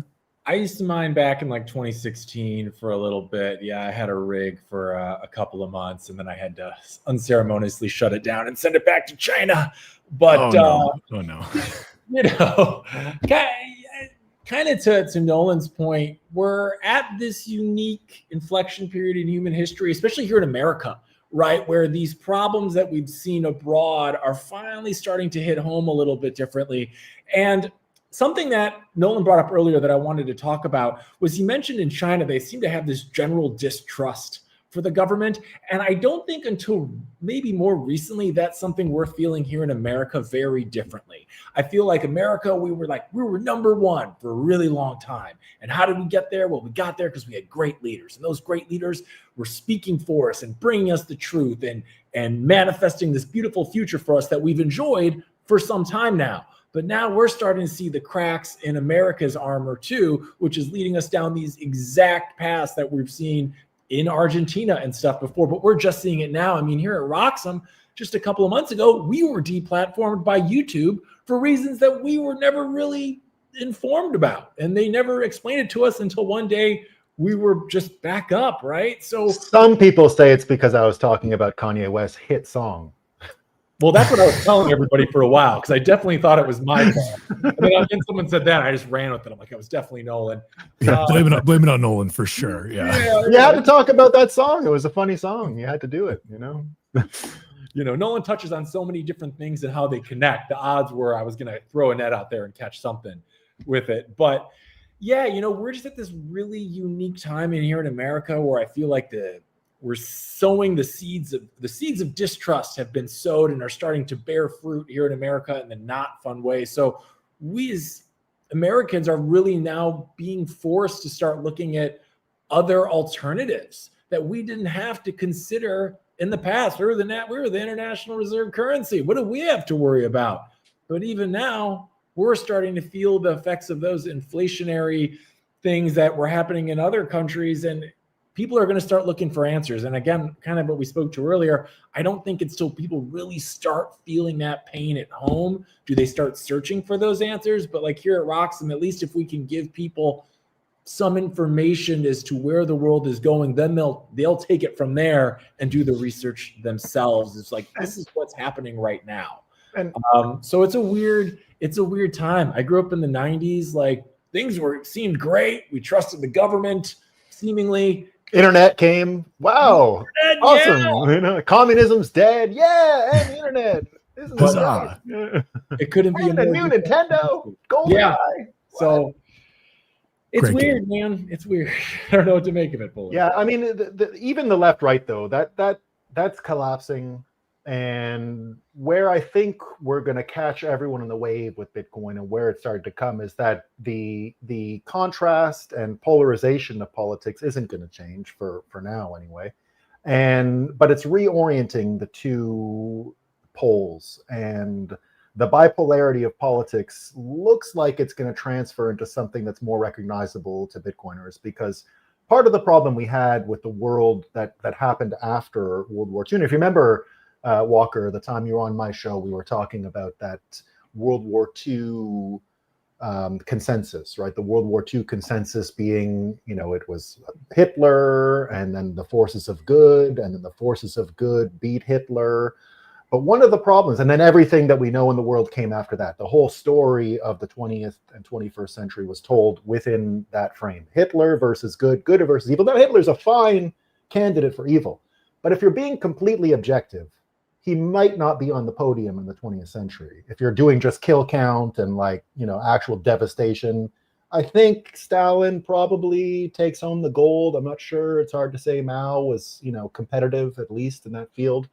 Now, the problem is with that original conceit, with that original story that everyone's been told, that's foundational, that everyone views the world, that is the world view, right? That is what everyone thinks is reality. Now, the money was going in to fund that. And part of the principle of the World War II consensus was you had all these institutions that were there to prevent Hitler from ever coming back. The point was to diffuse the great men of history, which is how we always governed ourselves. Great men came up, or women, and ran society. And now it was understood you can't let that happen again. Charles de Gaulle was very clear. We're building a French bureaucracy to prevent the next Hitler. And so the problem, though, is that the good side was made up of Americans. And remember, who we invited to the team, who we celebrated as an ally, was the actual killer of the 20th century. We brought Stalin into the team. So somehow he got all mixed up with the good side. And what ended up happening was you had communism infecting the story of the good. The Marxists came into the narrative around the good, but that can't last because it's a lie. You let a little crack of lie into the equation. They're not the good side. This was not good against evil. It was good with evil going against another evil. And somehow the human mind can't handle that, so it turned it into just good and evil. And inevitably, the communists in those institutions, because that was the whole point, diffuse power to the universities, to the media, to the news, to the industry, to all these things, stop Hitler. And all of these things work together, but communism was in the good side, and it took over these institutions, and it kicked everyone out because it still had to be good and evil. So it kicked out American liberalism and made it Nazi, which is why everyone became a Nazi, because that was bad. So that's why Trump is Hitler, and everything that isn't communist became Hitler. And what we have to reorient is the good is not made up of communists and Americans. That's not real, right? The good is made up of free market, don't touch me or my stuff type Americans or anyone around the world. And we've got to reorient things from Hitler versus good to communism versus capitalism. And that's where we Bitcoiners are waiting, because we've got to get on that side. There is a good and evil aspect to this, but we have an obvious partner with populism, with Americans left and right who want these ideas of real classical liberalism to reign again. And we've got to identify who the enemy is, and it is Marxist thought. And that wasn't an enemy on it. You can go around anywhere with a communist flag. No one will treat you like you got a Hitler flag. The communist flag has to be as verboten as the Nazi flag. It's evil, and we don't think of it that way. And we've got to reorient these things, and that's where Bitcoin is going to help us recast the good and the bad. And we're there to help these decentralized forces of limited government, freedom of speech. We're there for all of that, and we're there to empower those forces. And we got to drive the Marxists into the fucking ground, because they're going to do it to us if we don't. This is what they do. They did it.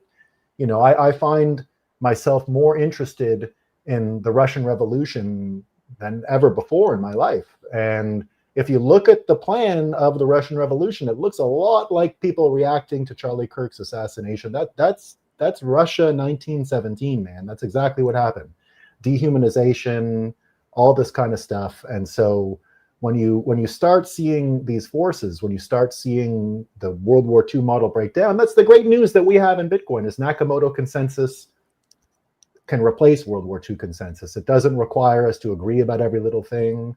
It allows for the great men of history to come back. We know, of course, McCormick is the Batman of Bedford now, right? He's got his own police force and all this stuff. And, that's where it's going. And it's in the air. I did an analysis on the Superman movie on my show one day. I don't know, Hank, if you caught the Superman movie this summer, but I was a fan. I liked it a lot. The James Gunn Superman by James Gunn, and starring James Gunn. And, that was one of the archetypes that was changed in the movie, if you saw it, is that, of course, at the end, I'll give you a spoiler here, but they changed important aspects of Superman's character. They made his Kryptonian parents basically invaders who wanted to literally have a harem, and they told Superman, go get all the women and go make a bunch of kids, take over, it's your right. And that's not the Superman story we've heard before. That's very different. That mimics a bit of the immigration stuff you're hearing and people are worried about. But more importantly, they changed the accent of his parents. His parents, normally from Kansas, or Midwesterner, they don't have a Southern accent. In the movie, they gave them a Southern accent. Of course, in American archetypes, in American codification, Southerners are dumb, right? They're stupid. So he, in the end, the narrative completion happens because he now identifies with his stupid Southern American parents and decides that's what's good about him. And he's going to absorb that really natalist American archetype at the rejection of this. Because don't forget, he is a Jewish character, right? He came over from, he's created by Jewish people. He came over to America, and it was about the alien nature of foreigners coming to America, the original World War II thing. And that's why his Übermensch powers, you know, a Nazi archetype, were only used outside to protect America. They were not used, he was Clark Kent in America, a non-scary human, nothing wrong with him. But they changed it in the movie this time. This time he identifies with the American side. He uses his typical American Southern accent archetype. And to me, this is a sign that even in the subconscious, the World War II consensus is not holding. It's breaking everywhere. It's breaking in our stories. It's breaking in our archetypes. Superman himself is changing, and that's a big deal. And he's becoming a Bitcoiner, as far as I can tell. Yeah. He's going to be dealing Bitcoin next time with crypto. His dog, Yes. Crypto, you know. Crypto night? Is that what you were? You got it. The pun we were going for there? You got it. You got it. I think that's actually so important what you said, and it's something we've discussed before, obviously, but to restate it again so people really get it.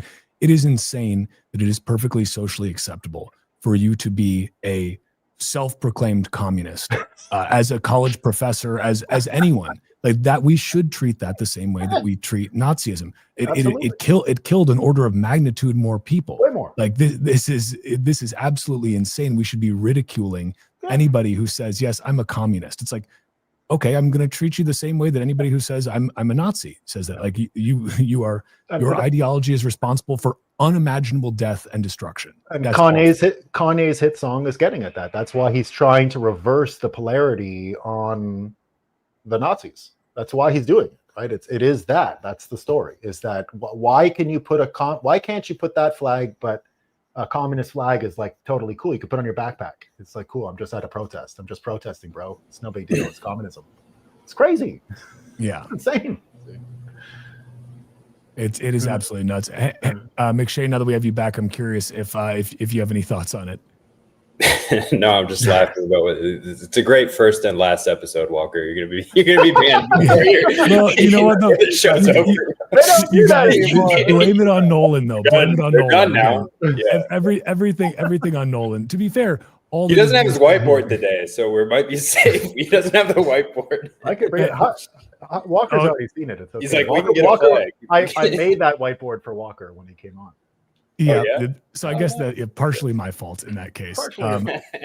Yeah, no, but I mean, I think the larger story here is that this is one of those fiat absurdities where you can be made to believe that one thing, which is like Nazism is terrible. That is unconscionably bad.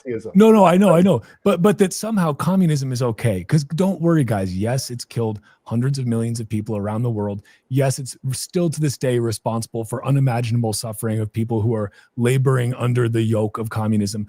But it's okay because we're just talking about it as academics, and maybe we could get it right this time, guys. It'll totally be cool, and we won't have mass death and starvation and just absolute political authoritarianism. Like, it'll be totally cool, guys. We'll get it right this time.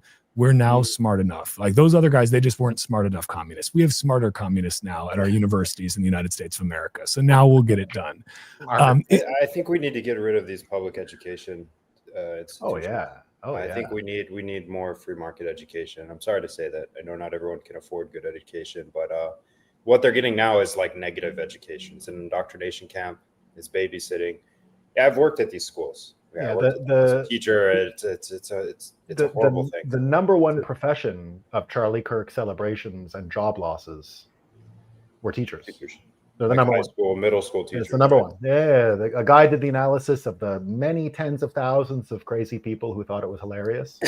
And number one job loss sector, number one sector that these guys are going after, it's the teachers. And that, I think, is going to have an actual chilling effect going forward, because even in Canada, you don't want these people in the room with your kids. I wouldn't send my kids to these. I don't have kids, but if I did, I wouldn't want them hanging out with 20-something uneducated, indoctrinated. You know, they've got flags all over the room. Like, it's just no. Like, there's nothing productive going on there. I don't. But like, what? Like, there are obviously many great teachers out there too. For anyone that's listening, well, that not all teachers are bad. Okay, we're not saying that. Get that out of your mind. What we're saying is there is a strange percentage of these teachers, higher than in the general population, who would behave this way. Why is that? Does that is there something about that profession where people who hold those types of views feel no, it's very job. They're indoctrinating is their job. It's their job to take state mandated viewpoints and get them into the brain of your child. And more often than not, a lot of these populations that are involved in the Marxism thing, for whatever reason, global warming or I don't know what, they don't have children. So that's why the children thing is important, because there's no other way. There's like an immuno response to the weakness of the entity, which is to find itself in education spots, because these are not people that are having families normally. Right, it's not a high birth rate sector. The Marxist Americans are not exactly birthing 5 kids per wife, right? It's a lot less than that. And so it's a very natural thing. I mean, you've seen it in the Catholic Church. Where do the criminals? Why do you think so many of that particular type of criminal in the Boy Scouts? And you heard all those stories, and in the church, it's natural from a strategy point of view, if that's what you're interested in, that you're going to end up in those jobs. So you had to always be careful about what was going on in certain jobs that have access to kids, because if you're one of those people and in your worldview, you require access to children to do what you want to do, and in this case, it is spreading their ideology, it's natural for them to find them in those jobs disproportionately compared to other professions. So that's how I explain it. I'm not sure if it's right. I don't think you can actually study it in any empirical way, but that's my observation, is that there's a natural call to evangelize this stuff to children because of their own family lives. And, it's actually amazing. You can actually tell family structure predicts political systems better than anything. And you can see it around the world. The fascist places in the world are actually Scandinavia, Germany, northern France, Quebec, where I live, Korea, and Japan, primarily because these are primogeniture places. These are places where the firstborn heir gets everything. So what ends up happening is men are born with a natural understanding of an unfair world. There's no concept of fairness to begin with, no democracy. They're not even thinking in those lines. What they are thinking out is they have to stand out. They've got to be amazing and exceptional.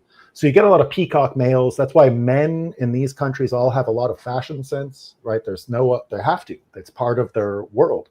And because it requires this type of male, because it does promote this type of male, that's how you end up getting these governance structures that look this way. Communists are just, they've been living in extended families and are used to people going in the corner and deciding. So Southern Italy, Spain, China, Russia, this was how they lived. The only people in the world that did just, here's my heirs, I'll give them what they want, is England and America, and we call it democracy. It's just because that's how we give away our stuff. And so it's like a fair thing. Like, I love you and I love you. Be cool. We're out of here. And, the Middle East is very explicit about this, right? The Middle East is family ties. The families all arrange the marriages, and that's the governance structure. Africa, really alpha males dominating, right? The alpha males are out there dominating the procreation, and there's not a lot of marriage. And you can look at the governance structures there. It's alpha males. Not tons of marriage. Statistically, it's not a high marriage. These aren't generally high marriage societies. And the governance structures look exactly like their mating structures and their family structures, and it looks like it's all around the world. And so when you look at what we did with the communism here, that's their family structure. Their family structure is literally to go be a teacher and spread the word, just like an evangelist would in a church, just like any one of these other systems. Nolan, I always love how you can you can bring so many things together, man. It's always a talk about a teaching moment. I wish I could sit you down with a lot of these teachers and have them get educated by you, but I think they may it may like put them into an insane asylum afterwards. This would be too confrontational for their worldview. It would literally be they would be incapable of ingesting it. But. I actually I was asked to go lobby the Canadian government last week. And so I was asked to go, and it was all of Mark Carney's people, liberal leaders, but it was too close to the Charlie Kirk thing. And I was not in the mood to self-censor. And I was told, Nolan, you gotta just this is a first meeting, right? Don't do any fear, or don't give them any, like, don't talk about that stuff. Just give them the basics. And at the last minute, I had to say, I'm actually incapable. I want to fight. I want to go there and fight these people. I don't care. I just want to go argue everybody. So I backed out. I was like, no, you guys, you can handle it. Right? I think that's a reasonable reaction, though, because I think we're at a time where it feels as though, like, at least for myself, it's like for so long, even though we don't necessarily, I don't censor myself too much. Occasionally, depending on the group if I'm like, man, I really just don't feel like having to verbally eviscerate somebody because their worldview is just absolutely laughable. So, I'll admit to occasionally doing that if I'm just like, I just want to drink beer and not have to get into this, but like, man, it feels like we're at this point where everything has gotten pushed so far and where there is actual violence being done to people. I think that was the truly sickening thing about Charlie Kirk, and seeing the memorial service that he had was, I thought, just amazing. You see all of the lives that he touched. You see that the impact that he had, and he did it through free and open debate on college campuses. And if that is not just a beautiful realization of the American ideal, I don't know what is. It doesn't matter if you disagreed with him. He didn't care if you disagreed with him. That was the whole point. So you don't have to, make some of the most kind of just like in a banal, sickening way statements that I saw were like well, of course violence is bad, but he said so many hateful things. I got into this last week, and sometimes you just can't help yourself. Like Nolan said, I'm like, oh, did he? Like, show me that. Yep. One. Which one? Yeah, find one. Find me one right now. I want one. The conversation steered away from that viewpoint. They couldn't find anything.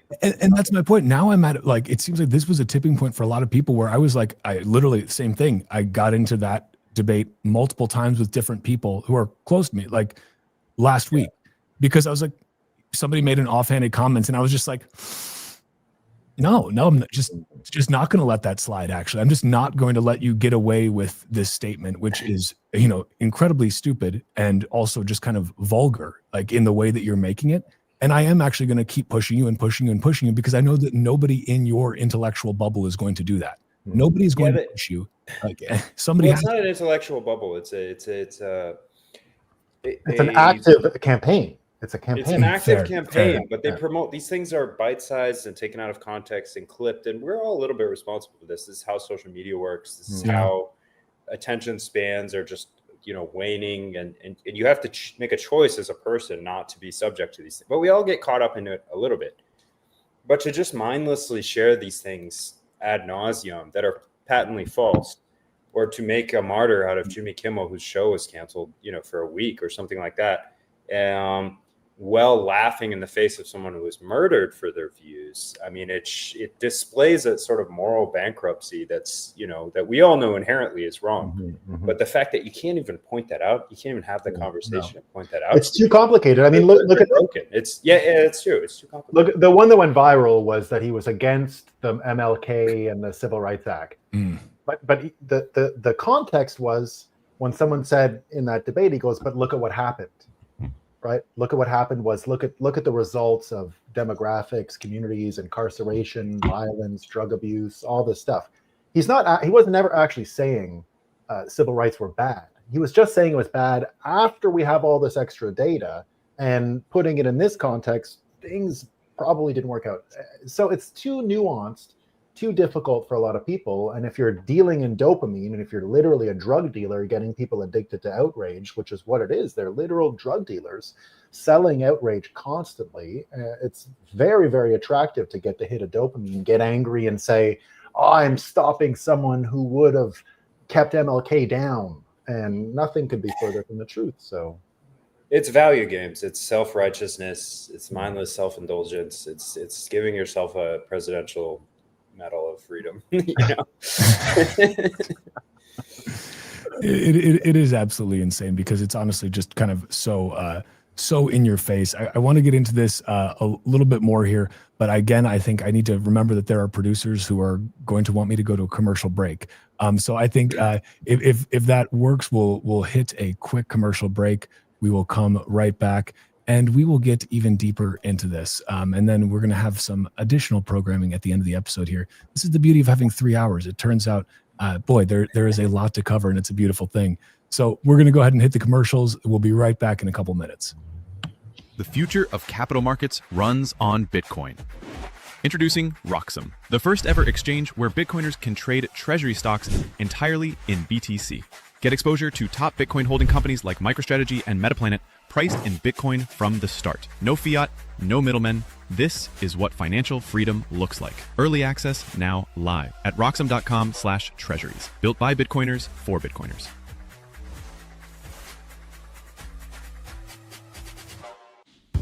So, tell us about your furry friend here. What's his name? Oh, this? This is Bitcoin. Bitcoin. It's not just a cat, he's family. Quite a name, and I must say, looks quite pampered. Oh, absolutely. Bitcoin deserves nothing but the best. He's my little prince. But with such a valuable pet, aren't you afraid of losing him? Losing Bitcoin? No, it never happened before, so it's not something I worry about.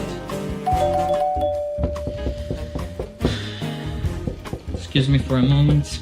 Bitcoin, stay here, right?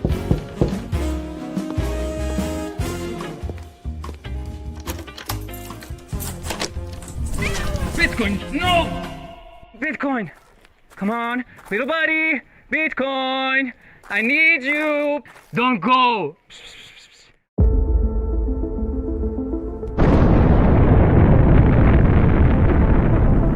In a world far away. Nah, just kidding. This story begins in this world.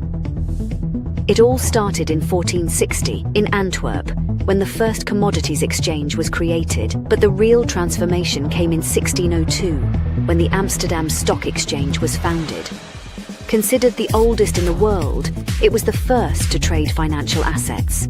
Over the years, Britain expanded its colonial and maritime influence, and the British pound sterling overtook the Dutch guilder in the market. Thus, the London Stock Exchange became the financial centre of the world. The 20th century came, and the world got into some trouble. But shortly after World War II, the Bretton Woods Agreement established the dollar as the world's primary reserve currency, and the centre of the planet moved to Wall Street. Today, we're travelling at the speed of light towards a new age, an era shaped by the consolidation of Bitcoin as the currency that will define the future of the markets. We present Roxum, a new Bitcoin-denominated market that allows trading all sorts of securities, commodities, derivatives, options, and anything you can imagine. Roxum, rock-solid markets. Security matters. Zappo Bank. The only way to bank your Bitcoin. Apply now at zappobank.com.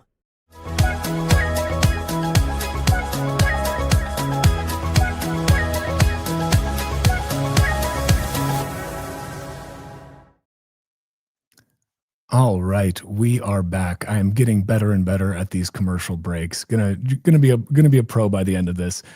So, you know, Nolan and McShane, we lost Hank there. Thank you, Hank, for joining in there.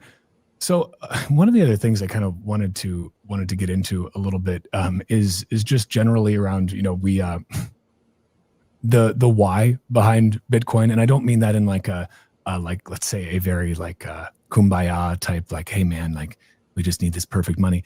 I mean it in the sense of like in Vietnam, just recently, like something like 86 million bank accounts were frozen because account holders were not complying with new biometrics laws that required them to do a face scan or fingerprints, whatever it might be, for account verification.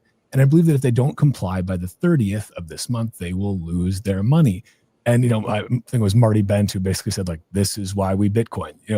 We've seen so many things from people. I haven't been in Bitcoin as long as you guys, but in the short but growing time I've been in Bitcoin, I have seen countless people, FUDsters, who have made the claim, what, you don't really need Bitcoin. Like what problem does it solve? Like it's just it's a solution in search of a use case. And all of these people saying this tend to be from, have financial privilege, as Gladstein would say, right? They tend to come from Western developed world backgrounds. And they fail to see that in so much of the world who either lives under some sort of authoritarian regime, which we were just discussing, the nature of those, but then also people who just, who live basically anywhere that is not, look at the EU even, and look at the laws that are coming on the books there. Like this is no longer just some fringe third world thing. This is something we are seeing all over the place. You saw this in Canada with people being debanked. Nolan, to your point earlier, we see this all over the place. We even see this in America. I believe that, Trump's own sons were having difficulty maintaining bank accounts for some time. So I just wonder, does the FUD cycle ever end? Does the ignorance around Bitcoin ever end? Or will we always have a ready supply of fiat shills who are willing to just say, well, I can't imagine what you could possibly need Bitcoin for, as hundreds of millions of people are debanked around the world or don't have access to bank accounts to begin with? I would break it into two. I see it as two separate obstacles. So the first, like, what problem does it solve? Ultimately, we're heading into the central banking, directly into the central banking thing. We're more of a Wall Street question right now, and soon to be, I think, energy industry as well. But I tend to see it in these industry-specific ways because I like to judge the human capital that's coming into Bitcoin, invigorating Bitcoin when they come in, just like all these Wall Street people are doing right now with treasuries and right now with the Lutniks and everyone involved and Bessent and Trump and all these people. So I think going into Wall Street first, fixing the money in order that we can fix capital markets, we can fix, importantly, capital allocation, which is a terribly broken system. But what you're referring to, the Vietnam question and more or less privacy and our appetite to share our data, the truth is, as far as I can tell, this is a next step thing with Bitcoin. We fix the money first. But again, what I said about our psychology, our subconscious, our wants and our fears, the truth is, even amongst Bitcoiners, we have no value of privacy. I don't care. My face gets scanned by Apple. You think I don't use an Apple password thing on this? Of course I do. Of course I do. And anyone who wants the cat videos, here's my email. I know Andreas has been nagging us since day one about this, but we just don't value it, and I don't value it. I like the concept of my privacy, but the minute there's something I want, now, I don't involve myself with pornography and all that stuff, but you think the guys with the porn are not sharing their private data to get the tits visible? All right. So there's no way around this stuff. People are addicted to it primarily because we are trained to consume. And the reason we're trained to consume, this was a conscious decision made by Eisenhower in the 1950s. Eisenhower knew the dirty tricks that the military was up to. That's why he warned us about the military-industrial complex. But the concept already instituted at that time was Sigmund Freud's own nephew, Edward Bernays, came into the fold. And he's the guy who, not in a underhanded way, said, in order to keep our industrial war machine footing, but not be captured by the industrial military complex, the compromise was to make Americans. And that's when all of this stuff started. Edward Bernays was the one who got women hooked on cigarettes in the 1920s. That was his whole thing. He figured out the psychology of women. Why they didn't smoke is because it made them look like whores. So what did he do? He said cigarettes were designed for them. Right, that was them trying to pierce into the female market, and that's Apple was going fine with them then. We chewed it, we took cigars. Good enough. They wanted better. They wanted a new market, open up a new market. They asked Bernays to do it. Again, Sigmund Freud's literal nephew. So Bernays said, oh, it's because they think it makes them look like a whore. So what are you going to do? Turn it into liberty. So on July 4th, he told the New York Times and all the media, come to this street corner and you shall see women light lamps of liberty. And so a bunch of chicks paid, dressed nice, walked in, lit up their smokes. The news went crazy. Wow, freedom, smoke, let's do it. Yeah. Overnight, women become smokers. Like overnight. It took, because when it was freedom and not being licentious, it was big win. And now he was the guy that Eisenhower tapped in the 50s and said, how do we figure this out? And he said, make them buy vacuum cleaners, washing machines. Those are really tanks, like industrial capacity wise, that's a tank in the end. Now, the problem is that was a Triffin dilemma, and the money thing came where we had the currency, but we were also trying to maintain the industrial base to manufacture weapons, but we lost both. The currency overwhelmed the industrial capacity, so we're not even making the weapons anymore, but we have this consumer mindset. We have this desire to always fill the hole in our heart with more consumption, more this. That's one of the things when people said the Bitcoin changes you, really reflects in your consumption habits. And that we're not going to get anywhere in privacy, anywhere. The nagging isn't going to work. Even Andreas nagged us, and we told him, Andreas, fuck off. Like, get the fuck out of here. I'm good with my Bitcoin. I like the cat videos. Thank you. And so that was his warning for years. The cat videos. It's the opposite of Bitcoin. It's the cat videos. And so we, you know, I'm of course, I try to value it, but like any other, I'm a failure at it. I've made a million privacy mistakes. I don't think we get to the privacy question until we completely break the military-industrial complex, until we completely reprogram our own subconscious to value our privacy more, because otherwise we're not getting there. So that's a second-order revolution for Bitcoiners. What you see in Vietnam, I don't think we solve it this time around in Bitcoin. I think we break the military-industrial complex and we begin the slow process of reprogramming the subconscious desires, fears of Americans. And then we have a chance to go after the privacy question. We have a chance to start putting value onto our own privacy. Because right now, I don't want to be a hypocrite here and say, principally, I like it all. I agree with all the privacy fanatics, everybody. But guess what? It's for theater kids. It's fake. No one has it. You don't have privacy. The only privacy you have is if you're boring. If you're boring, you get to be private. If you say anything interesting, they're gonna find out, right? There's no other privacy in the world. And yeah, the world finds you. You can't really hide from it. Yeah, you can't. Yeah. So I won't value it because it's not real. I get that theater kids like it, right? I get they like to do we're into privacy, and I've been programming the privacy stuff at all the events forever. I literally think of it as where to put the theater kids. Like, let them go talk about privacy. This theater kid stuff, man, it's not real. Like, it is a bit of a LARP. It is a bit of a LARP for sure. But it's a vital LARP. It's vital. We have to build it because we've got to be built by the time we want it. By the time people are wanting to exercise this will become heroic, but not today. So when you say it's LARP, you don't mean from the technology stack side. You mean from the side of like most people just don't give a shit. Mm-hmm. Mm-hmm. I mean, most people don't give a shit. The people that say they do give a shit, many of them I don't think do. I think it's a very easy way to be awarded virtue in our ecosystem. Mm-hmm. It's to say I'm the most private person. Yeah, I'm trying to be blasted for that reason. Yeah. What it's turned out with many of like the most NIM Bitcoiners out there is just like, okay, you have something to hide, like something bad. Like that's happened more than once. Scamming, yeah.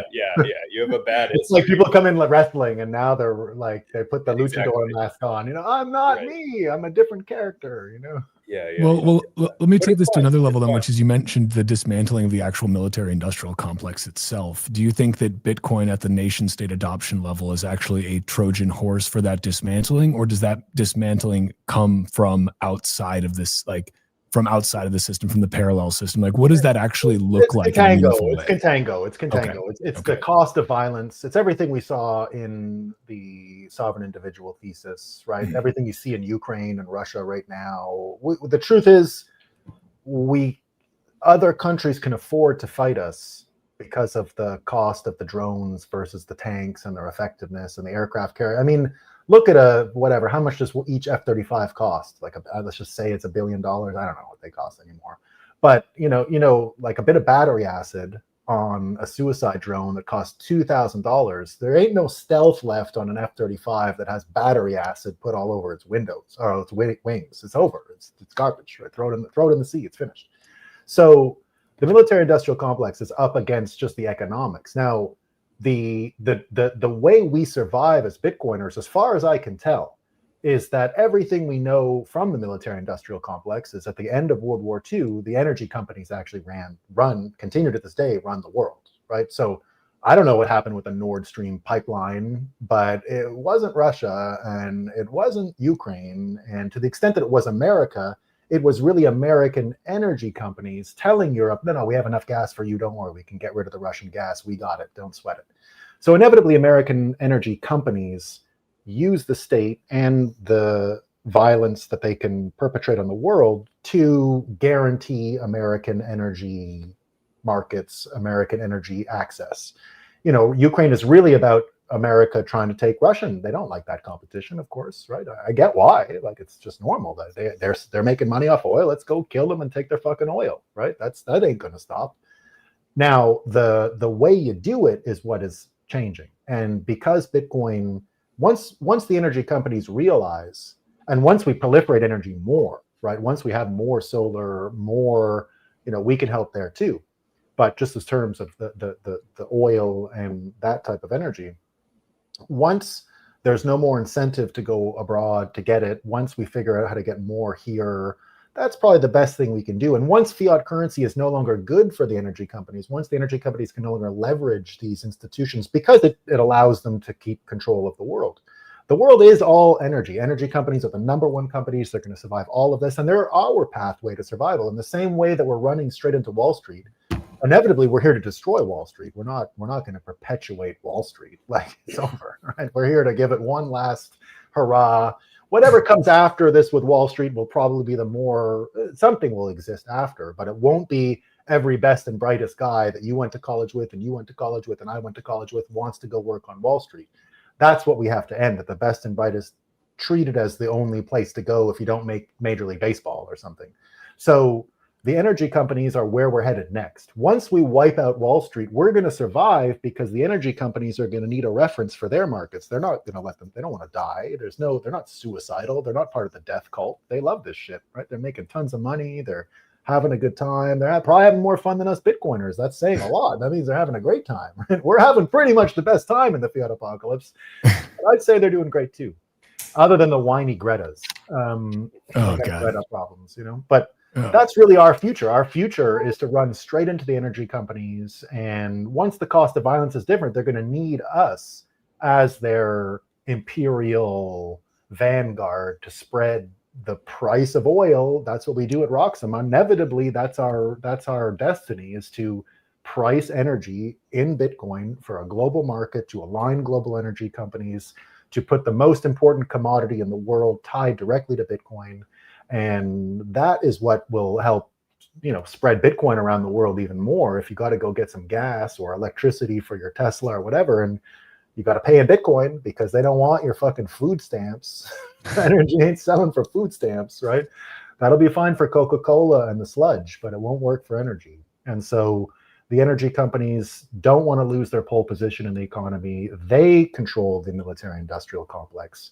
And with the global bankers, so we got to remove the global bankers, make the energy companies the last titan of industry of the 19th century, make them rich, and then corrupt them too, because Bitcoin is a mind virus. And once all the energy companies are, indoctrinated watching your 40 hours of podcast, they're about to be the next guys. Did you hear about this? Did you hear about that? And they want to kill the banks like us. So that's what we're going to do. This is why we need more Bitcoin podcasts, right? I will die on this hill. As many Bitcoin podcasts as possible until we have eclipsed the number of TradFi podcasts, TardFi podcasts. 100% agree. More. Flood the market with may 1,000 Bitcoin podcasts bloom, 1 million. Let's send it. Let's absolutely send it. But Well, we need the banal channels too. We need Bitcoiners go camping, Bitcoiners cooking. Oh yeah, This was cooking. like This is I've been on this for a long Bitcoiners time. playing in the Bitcoiners park. cooking. I want to put a camera in PubKey where just like people just Ooh. like what's happening in PubKey tonight, and I can't make it, but I want to see who's there, and you know. Dude, I'm pretty sure Carla. I think you can convince Carla with a Bitcoiners cooking show. I think that's where she. I she spoke would with be on her. board. I Yeah. tried to tell her in Vegas about it. I think she'd be great at it. Right, just cook some meals, and people want to see that content. I mean, they really do want to see Bitcoiners doing stuff. I think that's what we're trying to bring here in Roxham. Is just these aren't explainers on Bitcoin. This is just Bitcoiners talking about the world. And we can't help but talk about the world from a Bitcoin perspective. We don't have to be trained to do that. That's literally how we see the world. So, but also it's a nice reflection, and it gives people an idea of what life can be like when you're outside of that system. Because a lot of the people I know who are Bitcoiners have been Bitcoiners for, I don't know, at least 6 to 10 years, something like that. They begin to become sort of pariahs among the normal NPCs in society. Their lives are very weird. They're very free. They do whatever they want all day. Often they choose to work on something very important to them, a project, but they have like insane hobbies outside of that. Very outgoing people, you know what I mean? But these are all oddities. Like that's not the way the typical American or other sort of normal citizen gets to spend their time. So it's just showing like, hey, you can actually live. You can go outside and touch grass and eat food, eat not poisonous food. Yeah, and ultimately, it's very persuasive to watch this high quality of life play out. I mean, you know because again, it's not about arguing or logic or reason. But when people see, you know, they say, "How do you do the homeschool with your kids?" And I'll be like, "Well, you know, this and that." And I said, "But it's kind of we travel," and they're like, "Don't they miss their friends?" I was like, "Well, they have friends all over the world, literally." Because of the global circus of Bitcoin events, it's like, oh, I just saw, like, imagine little kids just saying like, oh, well, you know, I haven't seen you since Las Vegas. You know, how's China? Like, I'll see you in Japan next week, and it's all that kind of stuff. So there's a whole world out there of this exact kind of stuff, and it's very, very persuasive to see this healthy, high quality of life, and that's ultimately how we change time preference, and that's how you codify luxury. That's how you reprogram people's subconscious. Like what people aspire to want that's how you persuade them. I want that. I want the same, right? So that's why I think it's such a great idea to have dads like yourself talk about Bitcoin dad content, because ultimately being a Bitcoiner dad in the long run, it's probably more persuasive than a Lynn Alden essay on the macro implications of bond manipulation in Germany and how Bitcoin flows from Japan are related to the industrial shit. Like, you know, I'm making all that up, but I do love a good Lynn Alden essay, though. Same. Yeah. I'm talking about long tail. Yeah, I'm talking about long tail persuasion. Long tail persuasion. The idea of a beautiful couple like yourselves raising children in a healthy Bitcoin aligned manner becomes in the long run an incredibly persuasive reference point and pushes more people to seeing the virtues of Bitcoin, because they've literally reprogrammed their subconscious. They want different things. And as I've said, Bitcoiners, you know, you can understand the fears of every culture by the language they use to insult people. An insult is a expression of the subconscious fears.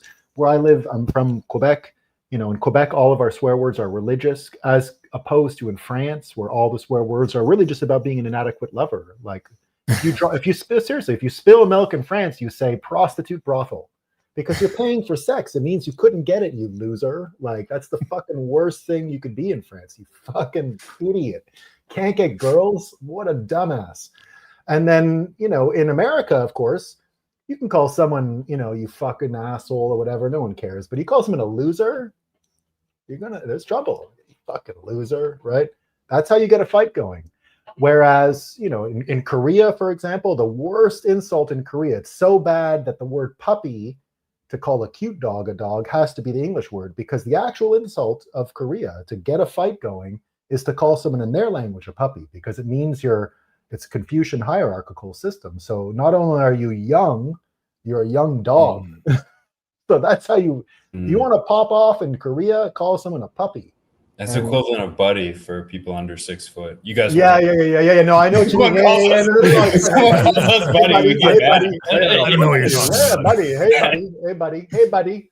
Yeah, that's a fight in Canada. Hey, buddy, is a fight. Yeah. Okay. Hockey dudes. Yeah. That's hockey fights. When you see the Canadian judo, we call it, right? The boom, all that stuff. That's always a hey, buddy. You know, hey, buddy, eh? Yeah. Just reminds me of Back to the Future. Marty McFly, like nobody calls me chicken. Like you don't want to be called, like exactly. Nobody's going to call me a coward. Like I'm going to come after him. Like, and he was a short guy, So hey. So swear words are a reflection of a subconscious fear. We have them in Bitcoin. That's why scammer. You can't be called a scammer. Like you will have to fight someone in Bitcoin if they call you a scammer dishonorably without reason. It's a Twitter fight or a physical fight. Like if people don't want to hear about being called scam, it'll kill your career. Like you're done in this business if you're a scammer. No one wants to see you. And that's a good thing, but that's why it's an insult. That's fascinating. We've had a lot. I feel like there's been a lot more scammers been getting thrown around a little bit too liberally these recently. But maybe again that keeps everybody in check, right? It keeps everybody wondering, like, am I a scammer? Like, I think it's just going to become the loser of our generation. My kids already, because they've grown up with Bitcoin as Bitcoiners, that's how they insult. That's because that's how I insult them. Like, oh, you're scamming, and I kind of. You're telling your kids this? I'm not trying to tell them that, but that's no. I'm a Bitcoiner. If my kids are messing around, because they're New Yorkers, my kids, right? They're always trying to deal me under the table with every little thing. Everything's a big negotiation. What more can they get? All this stuff. Girls. And they, of course, they always try to roll me and scam me. So I call it out all the time. Scamming, you're scamming your daddy again, trying to scam me. So they just took that in life and know that because I use it as a common insult, not serious all the time, just that swear words are often used casually, right? That's kind of what keeps them in frequency to be used as a real insult sometimes. But you always called your friend a loser and all that kind of stuff, right? It was fine. Yeah. There's always that line. So my kids have learned it that way. That's why they say it, right? That's to them. That kid's a scammer. They tell me from school, their homeschool pods, that kid scammed me today. I traded him this and he scammed me, he rug pulled me. That's amazing. I love that being like the youth vernacular. That's just beautiful. I want more of that. I'm going to start. My son is he's speaking, but like it's fairly disjointed right now. Still, his vocabulary is like increasing insanely by the day, but he still is not putting together those sentences yet. He's like only like 20 months. But I'm going to start teaching him scammer. That's going to be a good one. Yeah. And you can even see with this generation, that's why with the online kids, they have their own swear words, right? And that's why Riz is such a good one, because it's like your online charisma. And if you don't have Riz, right, that means no one's attracted to you. In a world of classics lately too. Yeah, exactly. when you're playing the hits. Yeah, when you're swiping right and you have no charisma, you're fucked. Like, that's a fight. Like, man, it's going to be interesting. I'm just on the swiping thing like that. I kind of avoided that just because of the age I was when Carl and I got together. So that I'm very glad. A lot of my friends, very much not the case, and now it's just the norm. And I'm wondering if we have culturally, if we have a swing back from the hyper online culture, or if hyper online culture, as it has permeated everything at this point, whether it be dating or everything else, if it's too ingrained, or if we see more of a swing back to like IRL localism, I think the localism, from what I've seen from Bitcoin events, the girls are figuring out that that's a place to go to meet guys, because there were never this many girls, but just having been in Hong Kong a couple of weeks ago, they're not coming for the Bitcoin, I don't think. Is there starting to be a line at the ladies' restroom now? Because usually there's only a line at the men's restroom. No, I've been witnessing this for a while. It's finally entered the zeitgeist where enough girls have figured out that they can meet guys who want to get married, are interested in money, are interested in fitness. And so it's turned in. They know in real life. They know how to approach them and talk. Yeah. I mean, that might not be the case at Bitcoin events, but I think society is lacking that, really. When you talk to anybody under 30, they're just like, people don't approach me in public and talk anymore. You got to go first like their things on Instagram and send subtle hints. They're cowards. The men, the boys, they have no testosterone. Crazy. not the way it worked in my day, that's for sure. Because I just missed the things too. I missed the algo dating as well, just by a couple of years. But same idea. I would go to like the library, stuff like that before. And I was like, hey, nerd. Yeah, that was the best place, man. No, it was really good. Shields were down. It wasn't like in, you couldn't meet a girl. You couldn't meet a girl at a bar. That was ridiculous. I told every guy, like, you're going to go bar in a club to meet a girl? Like, forget it. Just go to the place where they don't see it coming. And oh, he's so nice. I spent all day Saturday before I met my wife in libraries, at school. Did you do any reading actually, or was it just okay? Scam, total scam, date looking, Yeah, this is a habit. I don't know what the library scene is like these days. I can imagine it's. I bet you it's still good. I bet. You think so? That's great. I bet. Yeah. Why not? Who's going to the library on a Saturday? It's pretty busy. Students, though, it's all communists. Yeah. That's the thing. It's university kids. Yeah. I wouldn't bother there.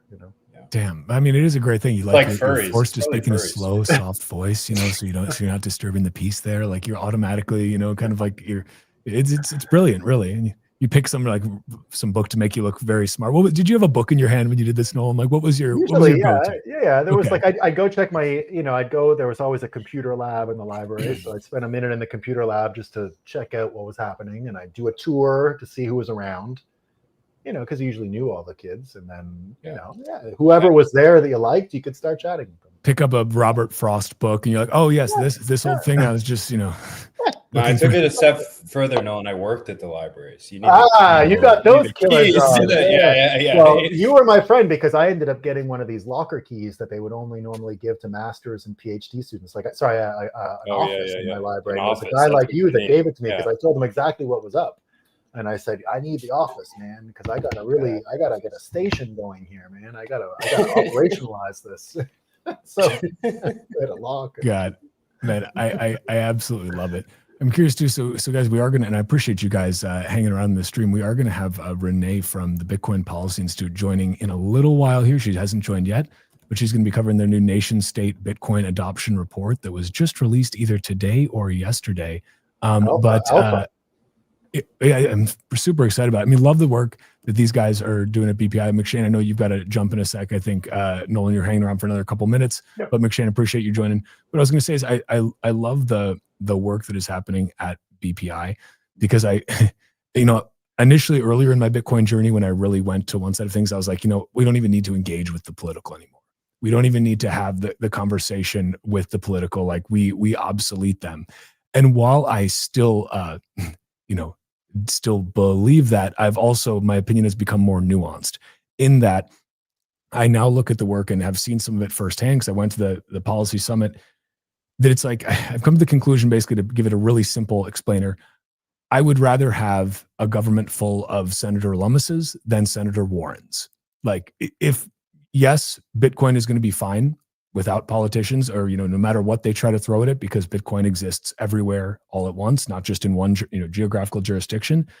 But that being said, if I had the option to choose, I would rather have a government full of people who are favorable to this thing in the United States of America, where I live. This is, where I'm raising a family, than a government of people who is openly hostile to it and who supports the exact opposite of my value set. Is that kind of where you're at with this too? Because you mentioned, you've worked in politics as well, so you've obviously seen kind of inside the belly of the beast. Yeah, it's exactly that. I actually thought it was irredeemable at the very beginning, that because I could see how the sausage was made, and that was really my job in politics, was news hijacking. Like, how do you get your news at the top of the funnel? How do you frame things in a way that will definitely polarize someone to your opinion? That's how I learned. We chose the FinTrack or FinCEN in Canada as a vehicle to study and criticize, because in Canada, the FinCEN version is really pushing the state-chartered banks, the state-chartered co-ops, into a weird compliance situation where they can't share compliance. So every branch was having to make human resource decisions about compliance. and they would hire a loan officer or a compliance officer. They couldn't send it to a head office. Just the nature of their bank charter doesn't allow them to do that. It's boring, but that's what's going on. So what we were finding out was this Parisian entity, FATF, was telling small town bankers what they could do in Canada for loaning money to a farmer who wants to buy a tractor. And we were like, okay, this is a problem. And we could turn that into a news story that would be good for us. So we did a study on it. That's how I learned about Bitcoin. But I was so jaded on politics that I didn't think there was any future, and I had to go into Bitcoin. Now, when I saw Trump, I changed my mind, because the minute Trump made the Mexican rapist speech, I said, wait a minute here.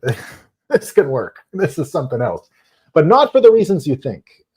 As much as he turned out to be just the smartest and has all these abilities and he's hilarious and it's entertaining, it was really that he was going to change the perception of the presidency from the leader of the free world into something else, like a TV star or whatever. And that was good enough for me, because I didn't want to order society according to World War II already. So Trump is already, and Obama was the full realization of this great order of the leader of the free world and diplomatic speaker and all that. And I said, this is all a scam. It's all stupid. It's not going to work. Trump, by denigrating the office, by making it a thing that people didn't want, was a good thing. Just like I love Joe Biden for that. Joe Biden was one of the greatest presidents in the history of the world for this reason, right? I voted for him 5 times just to make this happen. But I mean, I honestly, because I knew it was going to be a scam election in 2020, and I said, well, I welcome the fake 2020 election and the fake president. And as much as I loved Trump, you had to go with it, because that's what was going on. But these political systems are reorienting themselves. It does make sense, because if we're going to completely take over the world, we've got to infect this industry. It's kind of part of the mission. I don't know how we can fully create a Bitcoin standard without going through the institutions that control the current system and change it. So I do believe that we're entering an era of bimetallism for this reason. And bimetallism was the world in America before the institution of the Federal Reserve. It was a world where there was silver and gold. That's what Wizard of Oz is all based on, right? The Wizard of Oz was never ruby red slippers and a yellow brick road. It was silver slippers on a gold path, and was really about the political environment in America from just before the creation of the Federal Reserve, which is really the story that the Wizard of Oz is a politician. DC is the Emerald City. And the deal is, you give me, you go and get the power of the banks, which are the witch and the broom, and I'll give you shit you don't need and that you already have. It's completely pointless. completely meaningless stuff that Completely actually is just, yeah. Exactly. But I want absurd. that power. I want the power. And so they got the power, and that was really what the story was about. So there's no way to bring us back to this bimetallism era without wresting this power away. It's just the reality. And, I've often had this frame in Bitcoin from the very beginning. There's, the guy who invented public key cryptography. His name is Whitfield Diffie. So he's the guy in 1978 or 79 with Martin Hellman that figured out how to make public and private keys, because they knew something like the internet was coming. And they wanted to be able to send secret messages across the internet. They needed some form of cryptographic message keeping. But of course, anything in cryptography needs a decryption key, right? If you're going to encrypt, you need to decrypt. So how do you get a cryptographic decryption key to someone? And so everyone knew this had to be invented. How do we tell secrets over a P2P type internet? And so Whitfield Diffie invented this public key cryptography. It was the first civilian innovation in cryptography in 500 years, since the bankers of Italy in the city-states of Genoa and Medici and all these people. And it was for the same reasons to Bitcoin. It was telling secrets using for the purpose of bank messages and valuable messages spreading around the world. When nation states came into the forefront and the cost of violence changed because of gunpowder and everything that we saw that concentrated and centralized state power into sovereign vessels and nation states, what ends up happening is all cryptography becomes military application. It's all military until Whitfield Diffie and Martin Hellman. So in one of the original Bitcoin runs in 2017, Whitfield Diffie was on stage with a bunch of cryptographers. And it was all the cryptographic primitive inventors, Shamir and Rivest, and all these guys that built all of the cryptographic tools that became vital for the internet to be built and for internet and information technology to proliferate as it has. So he's up there, and they got the other guy, Shamir, and he's talking about Bitcoin because crypto at the time in 2017 with the ICOs was becoming a big story. And he says, well, you know, these guys, these Bitcoiners, they must choose what they want to be. Do they want to be the cypherpunks, or do they want to be the central bank, right? They can be one or the other. They have to choose whether they can be a global currency bearer or they can be privacy focused and cypherpunk focused. He said they couldn't be both. They had to choose. And so this guy, Whitfield Diffie, comes out and he goes, whoa, whoa, whoa, whoa, whoa. He says, you need to consider that America has in its history been caught between this polarity of being an imperial power and a revolutionary force. It never had to choose. It's both. They seem like opposites. How can America be a revolutionary country, but also an imperial country? And he goes, America never had to choose. It is both. It's absolutely both.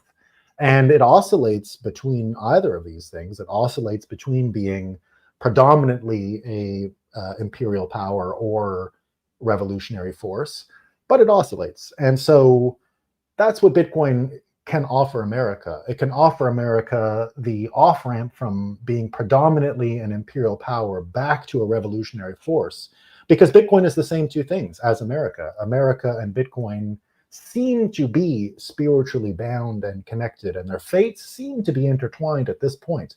And so I've never been able to see a path for Bitcoin forward that doesn't go through the US dollar, that doesn't go through the spirit of America, really.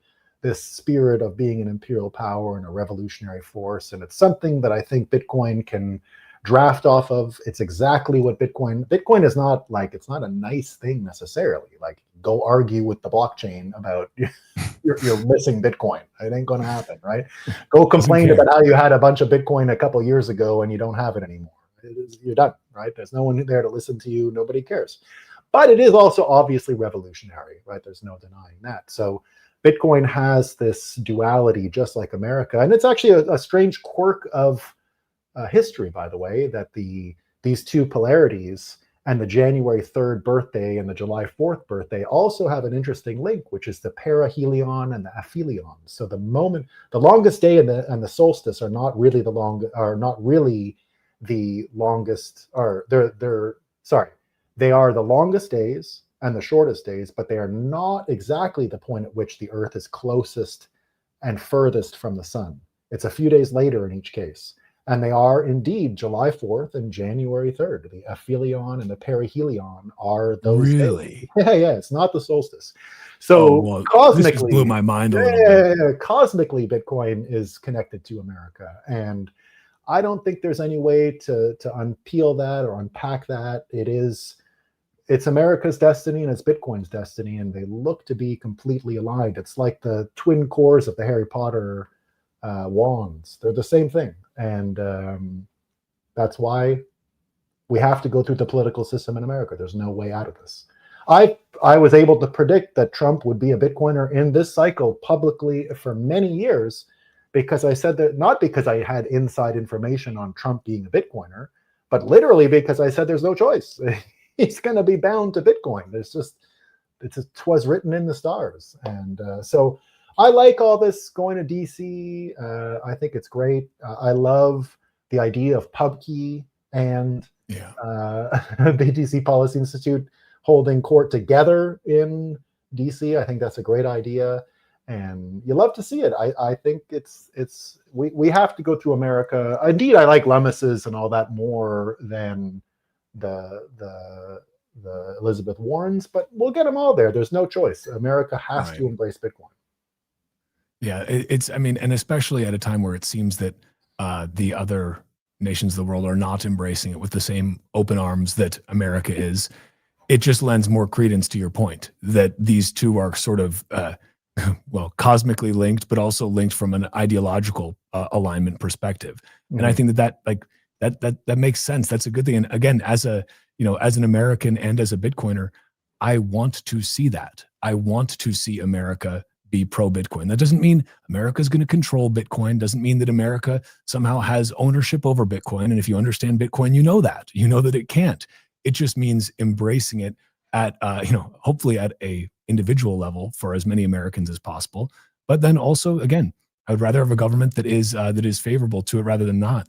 Nolan, I want to thank you so much for joining. Renee just hopped on here. We're going to go to a quick commercial break here, and then we are going to bring her on. But Nolan, always a pleasure. Thanks for joining for this inaugural episode. And we'll talk again soon. I'm sure it won't be the last time. Anytime, Walker. I love doing it. All right. Thanks so much. And we will go ahead and go to a commercial break right now. The future of capital markets runs on Bitcoin. Introducing Roxum, the first ever exchange where Bitcoiners can trade treasury stocks entirely in BTC. Get exposure to top Bitcoin holding companies like MicroStrategy and Metaplanet, priced in Bitcoin from the start. No fiat, no middlemen. This is what financial freedom looks like. Early access now live at roxum.com/treasuries. Built by Bitcoiners for Bitcoiners.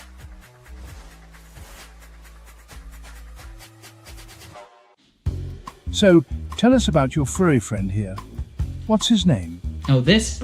This is Bitcoin. Bitcoin. It's not just a cat, he's family. Quite a name, and I must say, looks quite pampered. Oh, absolutely. Bitcoin deserves nothing but the best. He's my little prince. But with such a valuable pet, aren't you afraid of losing him? Losing Bitcoin? No, it never happened before, so it's not something I worry about. Excuse me for a moment. Bitcoin, take the breath.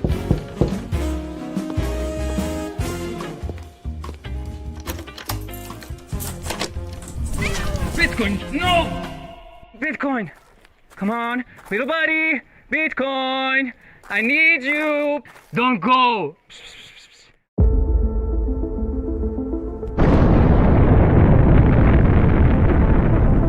In a world far away. Nah, just kidding. This story begins in this world. It all started in 1460 in Antwerp, when the first commodities exchange was created, but the real transformation came in 1602, when the Amsterdam Stock Exchange was founded. Considered the oldest in the world, it was the first to trade financial assets. Over the years, Britain expanded its colonial and maritime influence, and the British pound sterling overtook the Dutch guilder in the market. Thus, the London Stock Exchange became the financial centre of the world. The 20th century came, and the world got into some trouble. But shortly after World War II, the Bretton Woods Agreement established the dollar as the world's primary reserve currency, and the center of the planet moved to Wall Street. Today, we're traveling at the speed of light towards a new age, an era shaped by the consolidation of Bitcoin as the currency that will define the future of the markets. We present Roxum, a new Bitcoin-denominated market that allows trading all sorts of securities, commodities, derivatives, options, and anything you can imagine. Roxum, rock-solid markets. Security matters. Zappo Bank. The only way to bank your Bitcoin.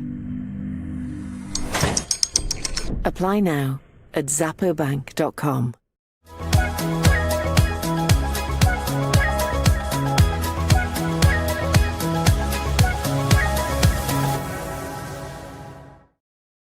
All right, we are back. And Renee, welcome. Thank you so much for joining. This was somewhat short notice, so I appreciate you coming on here. How are you? Good. Thanks for having me, Walker. Really appreciate it. Well, I'm super excited to chat with you. This is actually quite timely. So you are Vice President of Research at the Bitcoin Policy Institute. Can you maybe, for those folks who may not be aware or haven't heard of the great work that you guys are doing, can you give just a brief introduction to BPI, what you guys do, what you're all about? Sure. So BPI is a nonprofit, nonpartisan think tank in DC. And essentially our role is to educate policymakers about Bitcoin, because you can't make good policy unless you actually understand the topic you're making policy on. So we have a bunch of academic fellows. I manage about more than 20 fellows at this point. Most of them are university professors that do research on Bitcoin. And so we use their research to help make materials, basically, to educate policymakers about Bitcoin and, the emerging money, like where it's going, like what's going to happen down the road in the future. So that's who we are. Yeah, and no small task to educate the folks in DC about this. But I was just talking to Nolan, who was on here with me right beforehand, about just the fact that the work that you guys do is so important. We would rather have a government that is very pro Bitcoin versus very anti Bitcoin. Yes, Bitcoin does not care, but as people living in this country, it is certainly nice to have politicians who aren't trying to make the basic activities that you're doing with Bitcoin illegal. So it's Right. Love the work that you guys are doing. Thanks. And maybe I should add, one of our rules is to actually differentiate Bitcoin from everything else, right? And so we're very open that a lot of crypto is just scams. And why is Bitcoin different? There's no insiders, there's no, these founding members that benefit. Yes, maybe there were early adopters, but it's not like these tokens that all of a sudden people are dumping on retail. So part of our role is to really differentiate like why Bitcoin is different and why it matters. And I think that is honestly such an important thing, because when you talk to not just politicians, but anybody on the street, there's obviously still a lot of confusion. People hear Bitcoin and they think, it's Sam Bankman-Fried, and the bar is very low as far as where people's education is at. And it's going to take a lot of work to kind of get them to make that distinction. We're not there yet, but we're working on it. Yeah. Gradually, then suddenly, I hope. But the reason I brought you on here today is you just co-authored a report for BPI, Nation State Adoption, How and Why Countries Are Gaining Exposure to Bitcoin. And this is just popped up on my radar today right before this show, actually. So quite fortuitous that you were able to come on here. But can you maybe talk a little bit about the reason for this report, why right now, and sort of what your goal was in writing this? Right. So there's a game theory to Bitcoin adoption, right? So it's not just between individuals or these treasury companies. Nation states are starting to look into it. And so even before the executive order by Trump, I guess that would have been last year already. Time flies.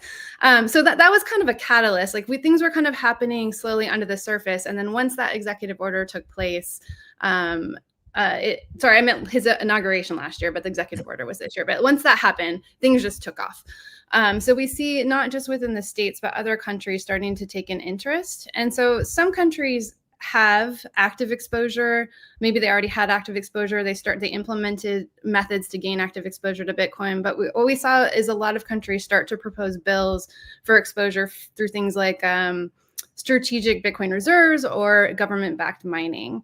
And so one of the reasons we're looking at this is, we talk to policymakers in Washington. And so we want them to be aware, like, look, even if you don't like Bitcoin, what are you going to do when all the other countries around the world are starting these strategic reserves? You don't want to be left behind, right? So, and I think that's also, so there you can see the nice graphic there when Trump was elected last year. And then like when the SBR executive order took place, we really saw quite an increase in interest around Bitcoin exposure.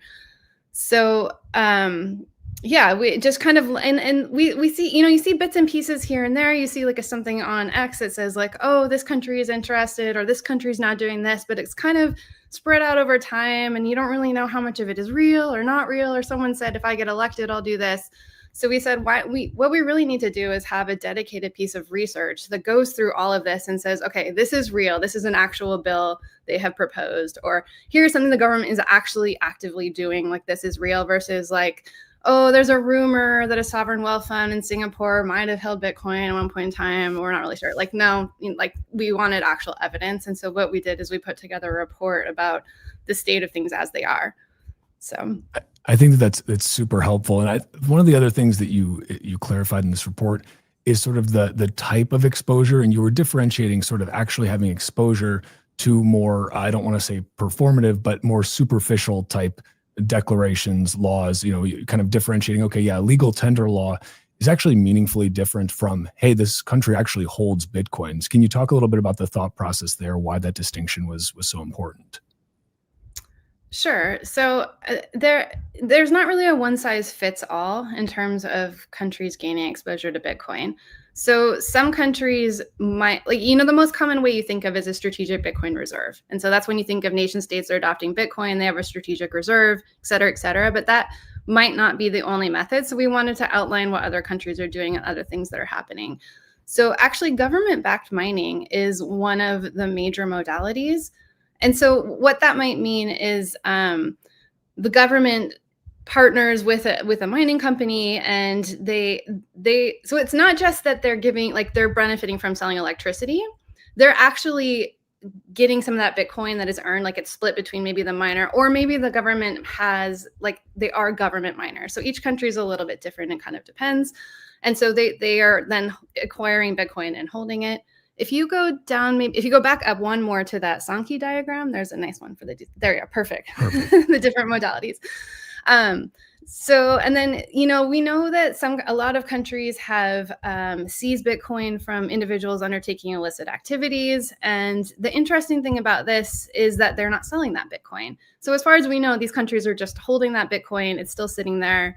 They haven't sold it. So in that way, it's not really a strategic reserve, but they still have exposure to it. And some other methods, you know, we see in some countries, they have started, this is kind of starting at a smaller scale, more in like municipality level. They're allowing tax payments in Bitcoin. So in theory, the government, again, might not sell that Bitcoin, and then they would have exposure to it and they might be holding it.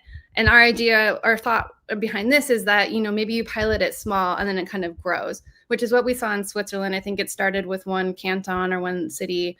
And then from there, you know, it's up to, I think, 5 at this point. And so some other methods are government-backed pensions. So investing in Bitcoin through the pension is one way a government can maintain exposure to Bitcoin.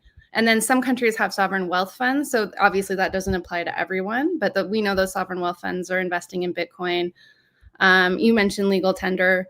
And then there's a few other, you know, kind of country-specific things, like Russia is investing in BRICS countries to do. That's a mining thing. But Russia is piloting a government-backed exchange, and so that's one way they might be getting exposure to Bitcoin.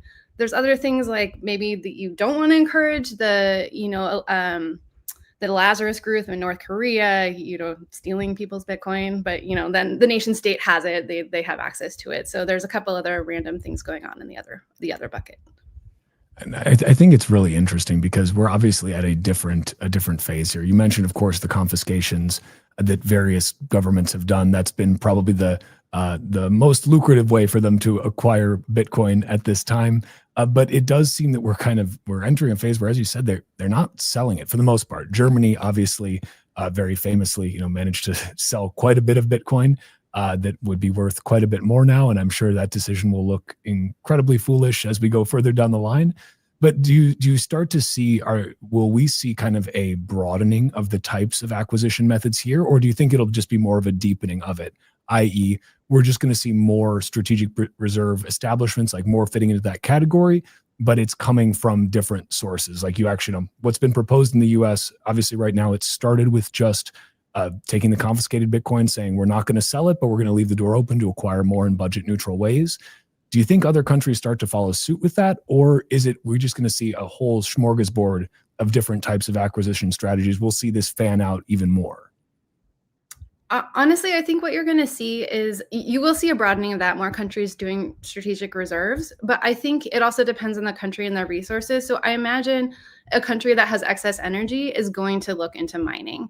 And so I think you'll see countries actually do, and you can kind of see this. So you'll see there's 27 countries actively exposed to Bitcoin right now and 13 proposed. This was actually as of May. So we prepared this for our summit.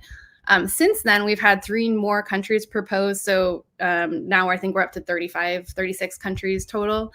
But you'll notice that of those 13 countries, some of those already have active exposure. So they are now proposing other methods. So you might have a country that has a strategic reserve, and now they're saying, okay, we also want to do mining, and we also want to have our government-backed pensions, you know, invest in Bitcoin. And if we have a sovereign wealth fund, we maybe want to look into that as well. So I think what you're going to see is not only, you know, the biggest category, the reserve broadening, but you're probably going to see countries that maybe propose one or already have one exposure to increase through these different modalities.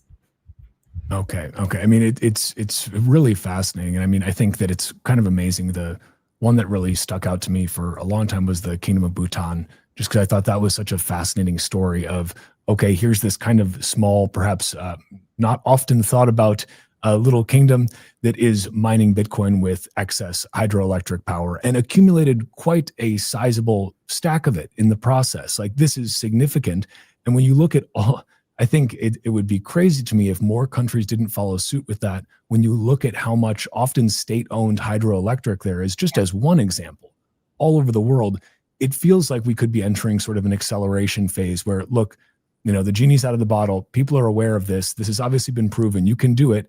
And, I think it's Gladstein that says that if you're not mining Bitcoin, you're wasting energy. So, have at it, basically. Yeah. And I think what's interesting, a lot of countries are they have this excess energy and they're like, oh, like, what do we do with it? Oh, we can sell it to miners. That's great. We can make some money. But like, I don't think they've quite thought, like, actually, we can profit from and get the Bitcoin as well, which is like quite a bit more that they could be earning. So Laos, for example, built like a bunch of dams and they have all this excess energy and they're in huge debt. And they're kind of like, okay, what are we going to do with this? Like, maybe we start selling it to, like AI factories, or maybe we could do Bitcoin miners. But I don't think they've thought like, oh, actually, if we get in on the mining, that increases, our revenue quite a bit. So I'm hoping that like countries will start to see this kind of research and see what other countries are doing and say, oh, yeah, maybe we should do that too. So, yeah, I'm curious just in terms of kind of these other graphs that you have here, if there's any that really pop out of you that you think tell the story best. There's one of these that's your favorite, because you've got a lot of nice charts in here. We probably won't have time to drain each one of them. But were there any that you really wanted to kind of drill home for people? I mean, the Sankey is my favorite. We already talked about this, but maybe since you're here on this active one, I think this one is interesting because, again, when you think about active, like countries that already have exposure to Bitcoin, and you think active, you think strategic reserves, right? But actually, if you look here, the number one exposure method that's already occurring is government-backed mining. So there's already 11 countries that have exposure to Bitcoin through mining, and then followed by passive holdings. Again, countries holding the Bitcoin, they're not selling it. Maybe they're not calling it a strategic reserve yet. And then from there, it goes on to, strategic reserve and tax payments and whatnot. So I think that, I mean, at least for me, I wasn't really aware of the extent that mining was really playing into this, and how many countries were actively gaining exposure through mining. So, I mean, you'll see if you go down to the next graph on the proposed, there's a whole, like, the main thing is strategic Bitcoin reserve. So right now, I think this number will actually go up to 15. We're hoping to do an update in the next few weeks we can put out on Twitter, since more things have happened since we did the research for this. But, say that if there's 15 countries right now that are proposing a strategic Bitcoin reserve, and assuming half of those go through, that's like 7 countries that could be coming down the pipeline. So, that might shift a little over time, the different modalities, but I imagine we're just going to see more coming. It is kind of crazy just to be talking about this very casually, in the sense that, like, yes, just maybe we'll have, half of these 15 countries with these proposals. Maybe they'll just adopt strategic Bitcoin reserves. Like, that's just like a kind of a crazy statement that even, I feel like for a number of years, this was something that was talked about from a game theoretical perspective. Like, yeah, okay, we can see this happening, but, who knows when.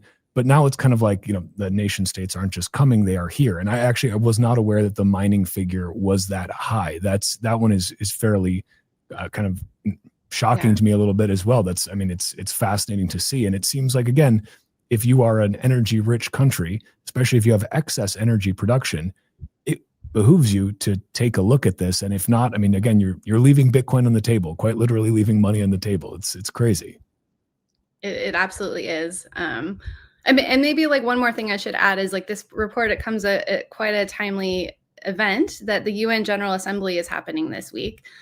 So we didn't plan for the release, but it kind of coincides with that. So I would love for I'm trying to scheme of ways, like, how do we get this information out there, to, like, look, the nation states, not only are they coming, like, they're here. There's literally, 1 in 6 countries has either active exposure or has proposed exposure. 1 in 7 countries has active exposure. That's huge, right? So hopefully, people start to take notice, and I think we'll see more and more of this coming down the pipeline. In terms of what, just mentioning the UN General Assembly and everything, and just the America's stance. Obviously, President Trump has made it very clear he wants America to be a leader in the Bitcoin space. He wants to, really give the Bitcoin industry the tools it needs to be successful in the United States of America.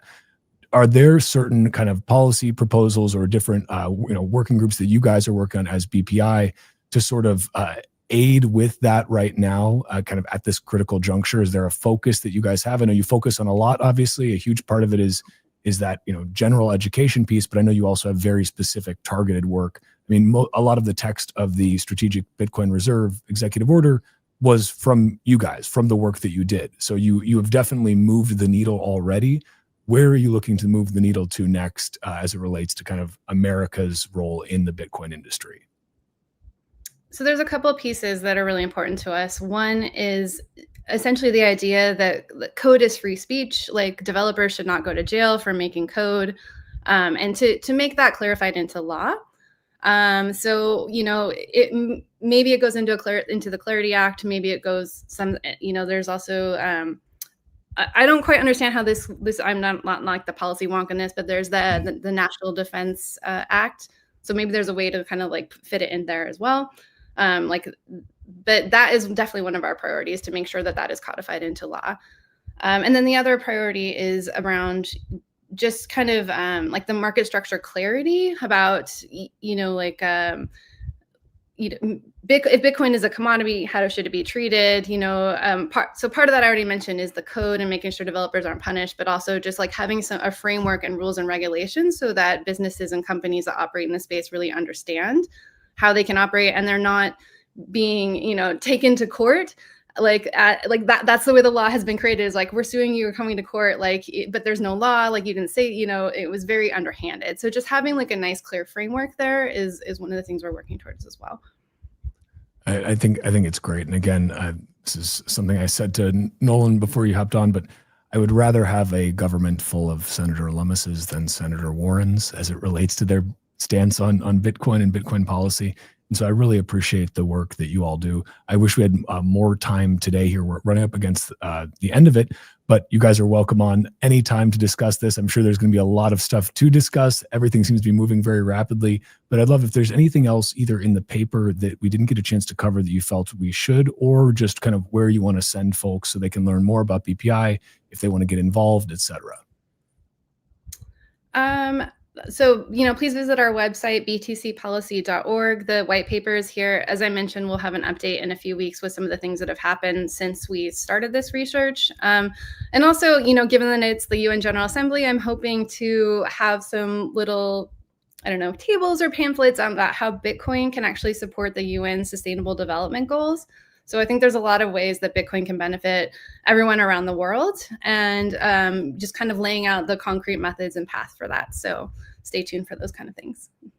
That's fantastic. Again, appreciate the work that you guys are doing very much. I know it is not easy, and it may oftentimes feel like an uphill battle, but you've made some incredible strides forward already. So excited to see what you all can accomplish next.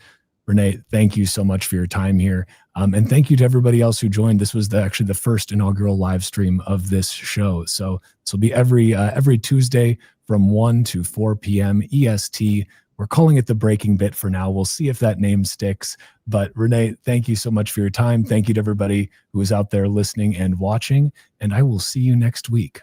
Thank you, guys. Thank you, and I'm going to try to figure out how I go off this show. I still haven't figured that part out. We'll see. You and me both. All right. Thanks, Renee. Have a good one. Thank you.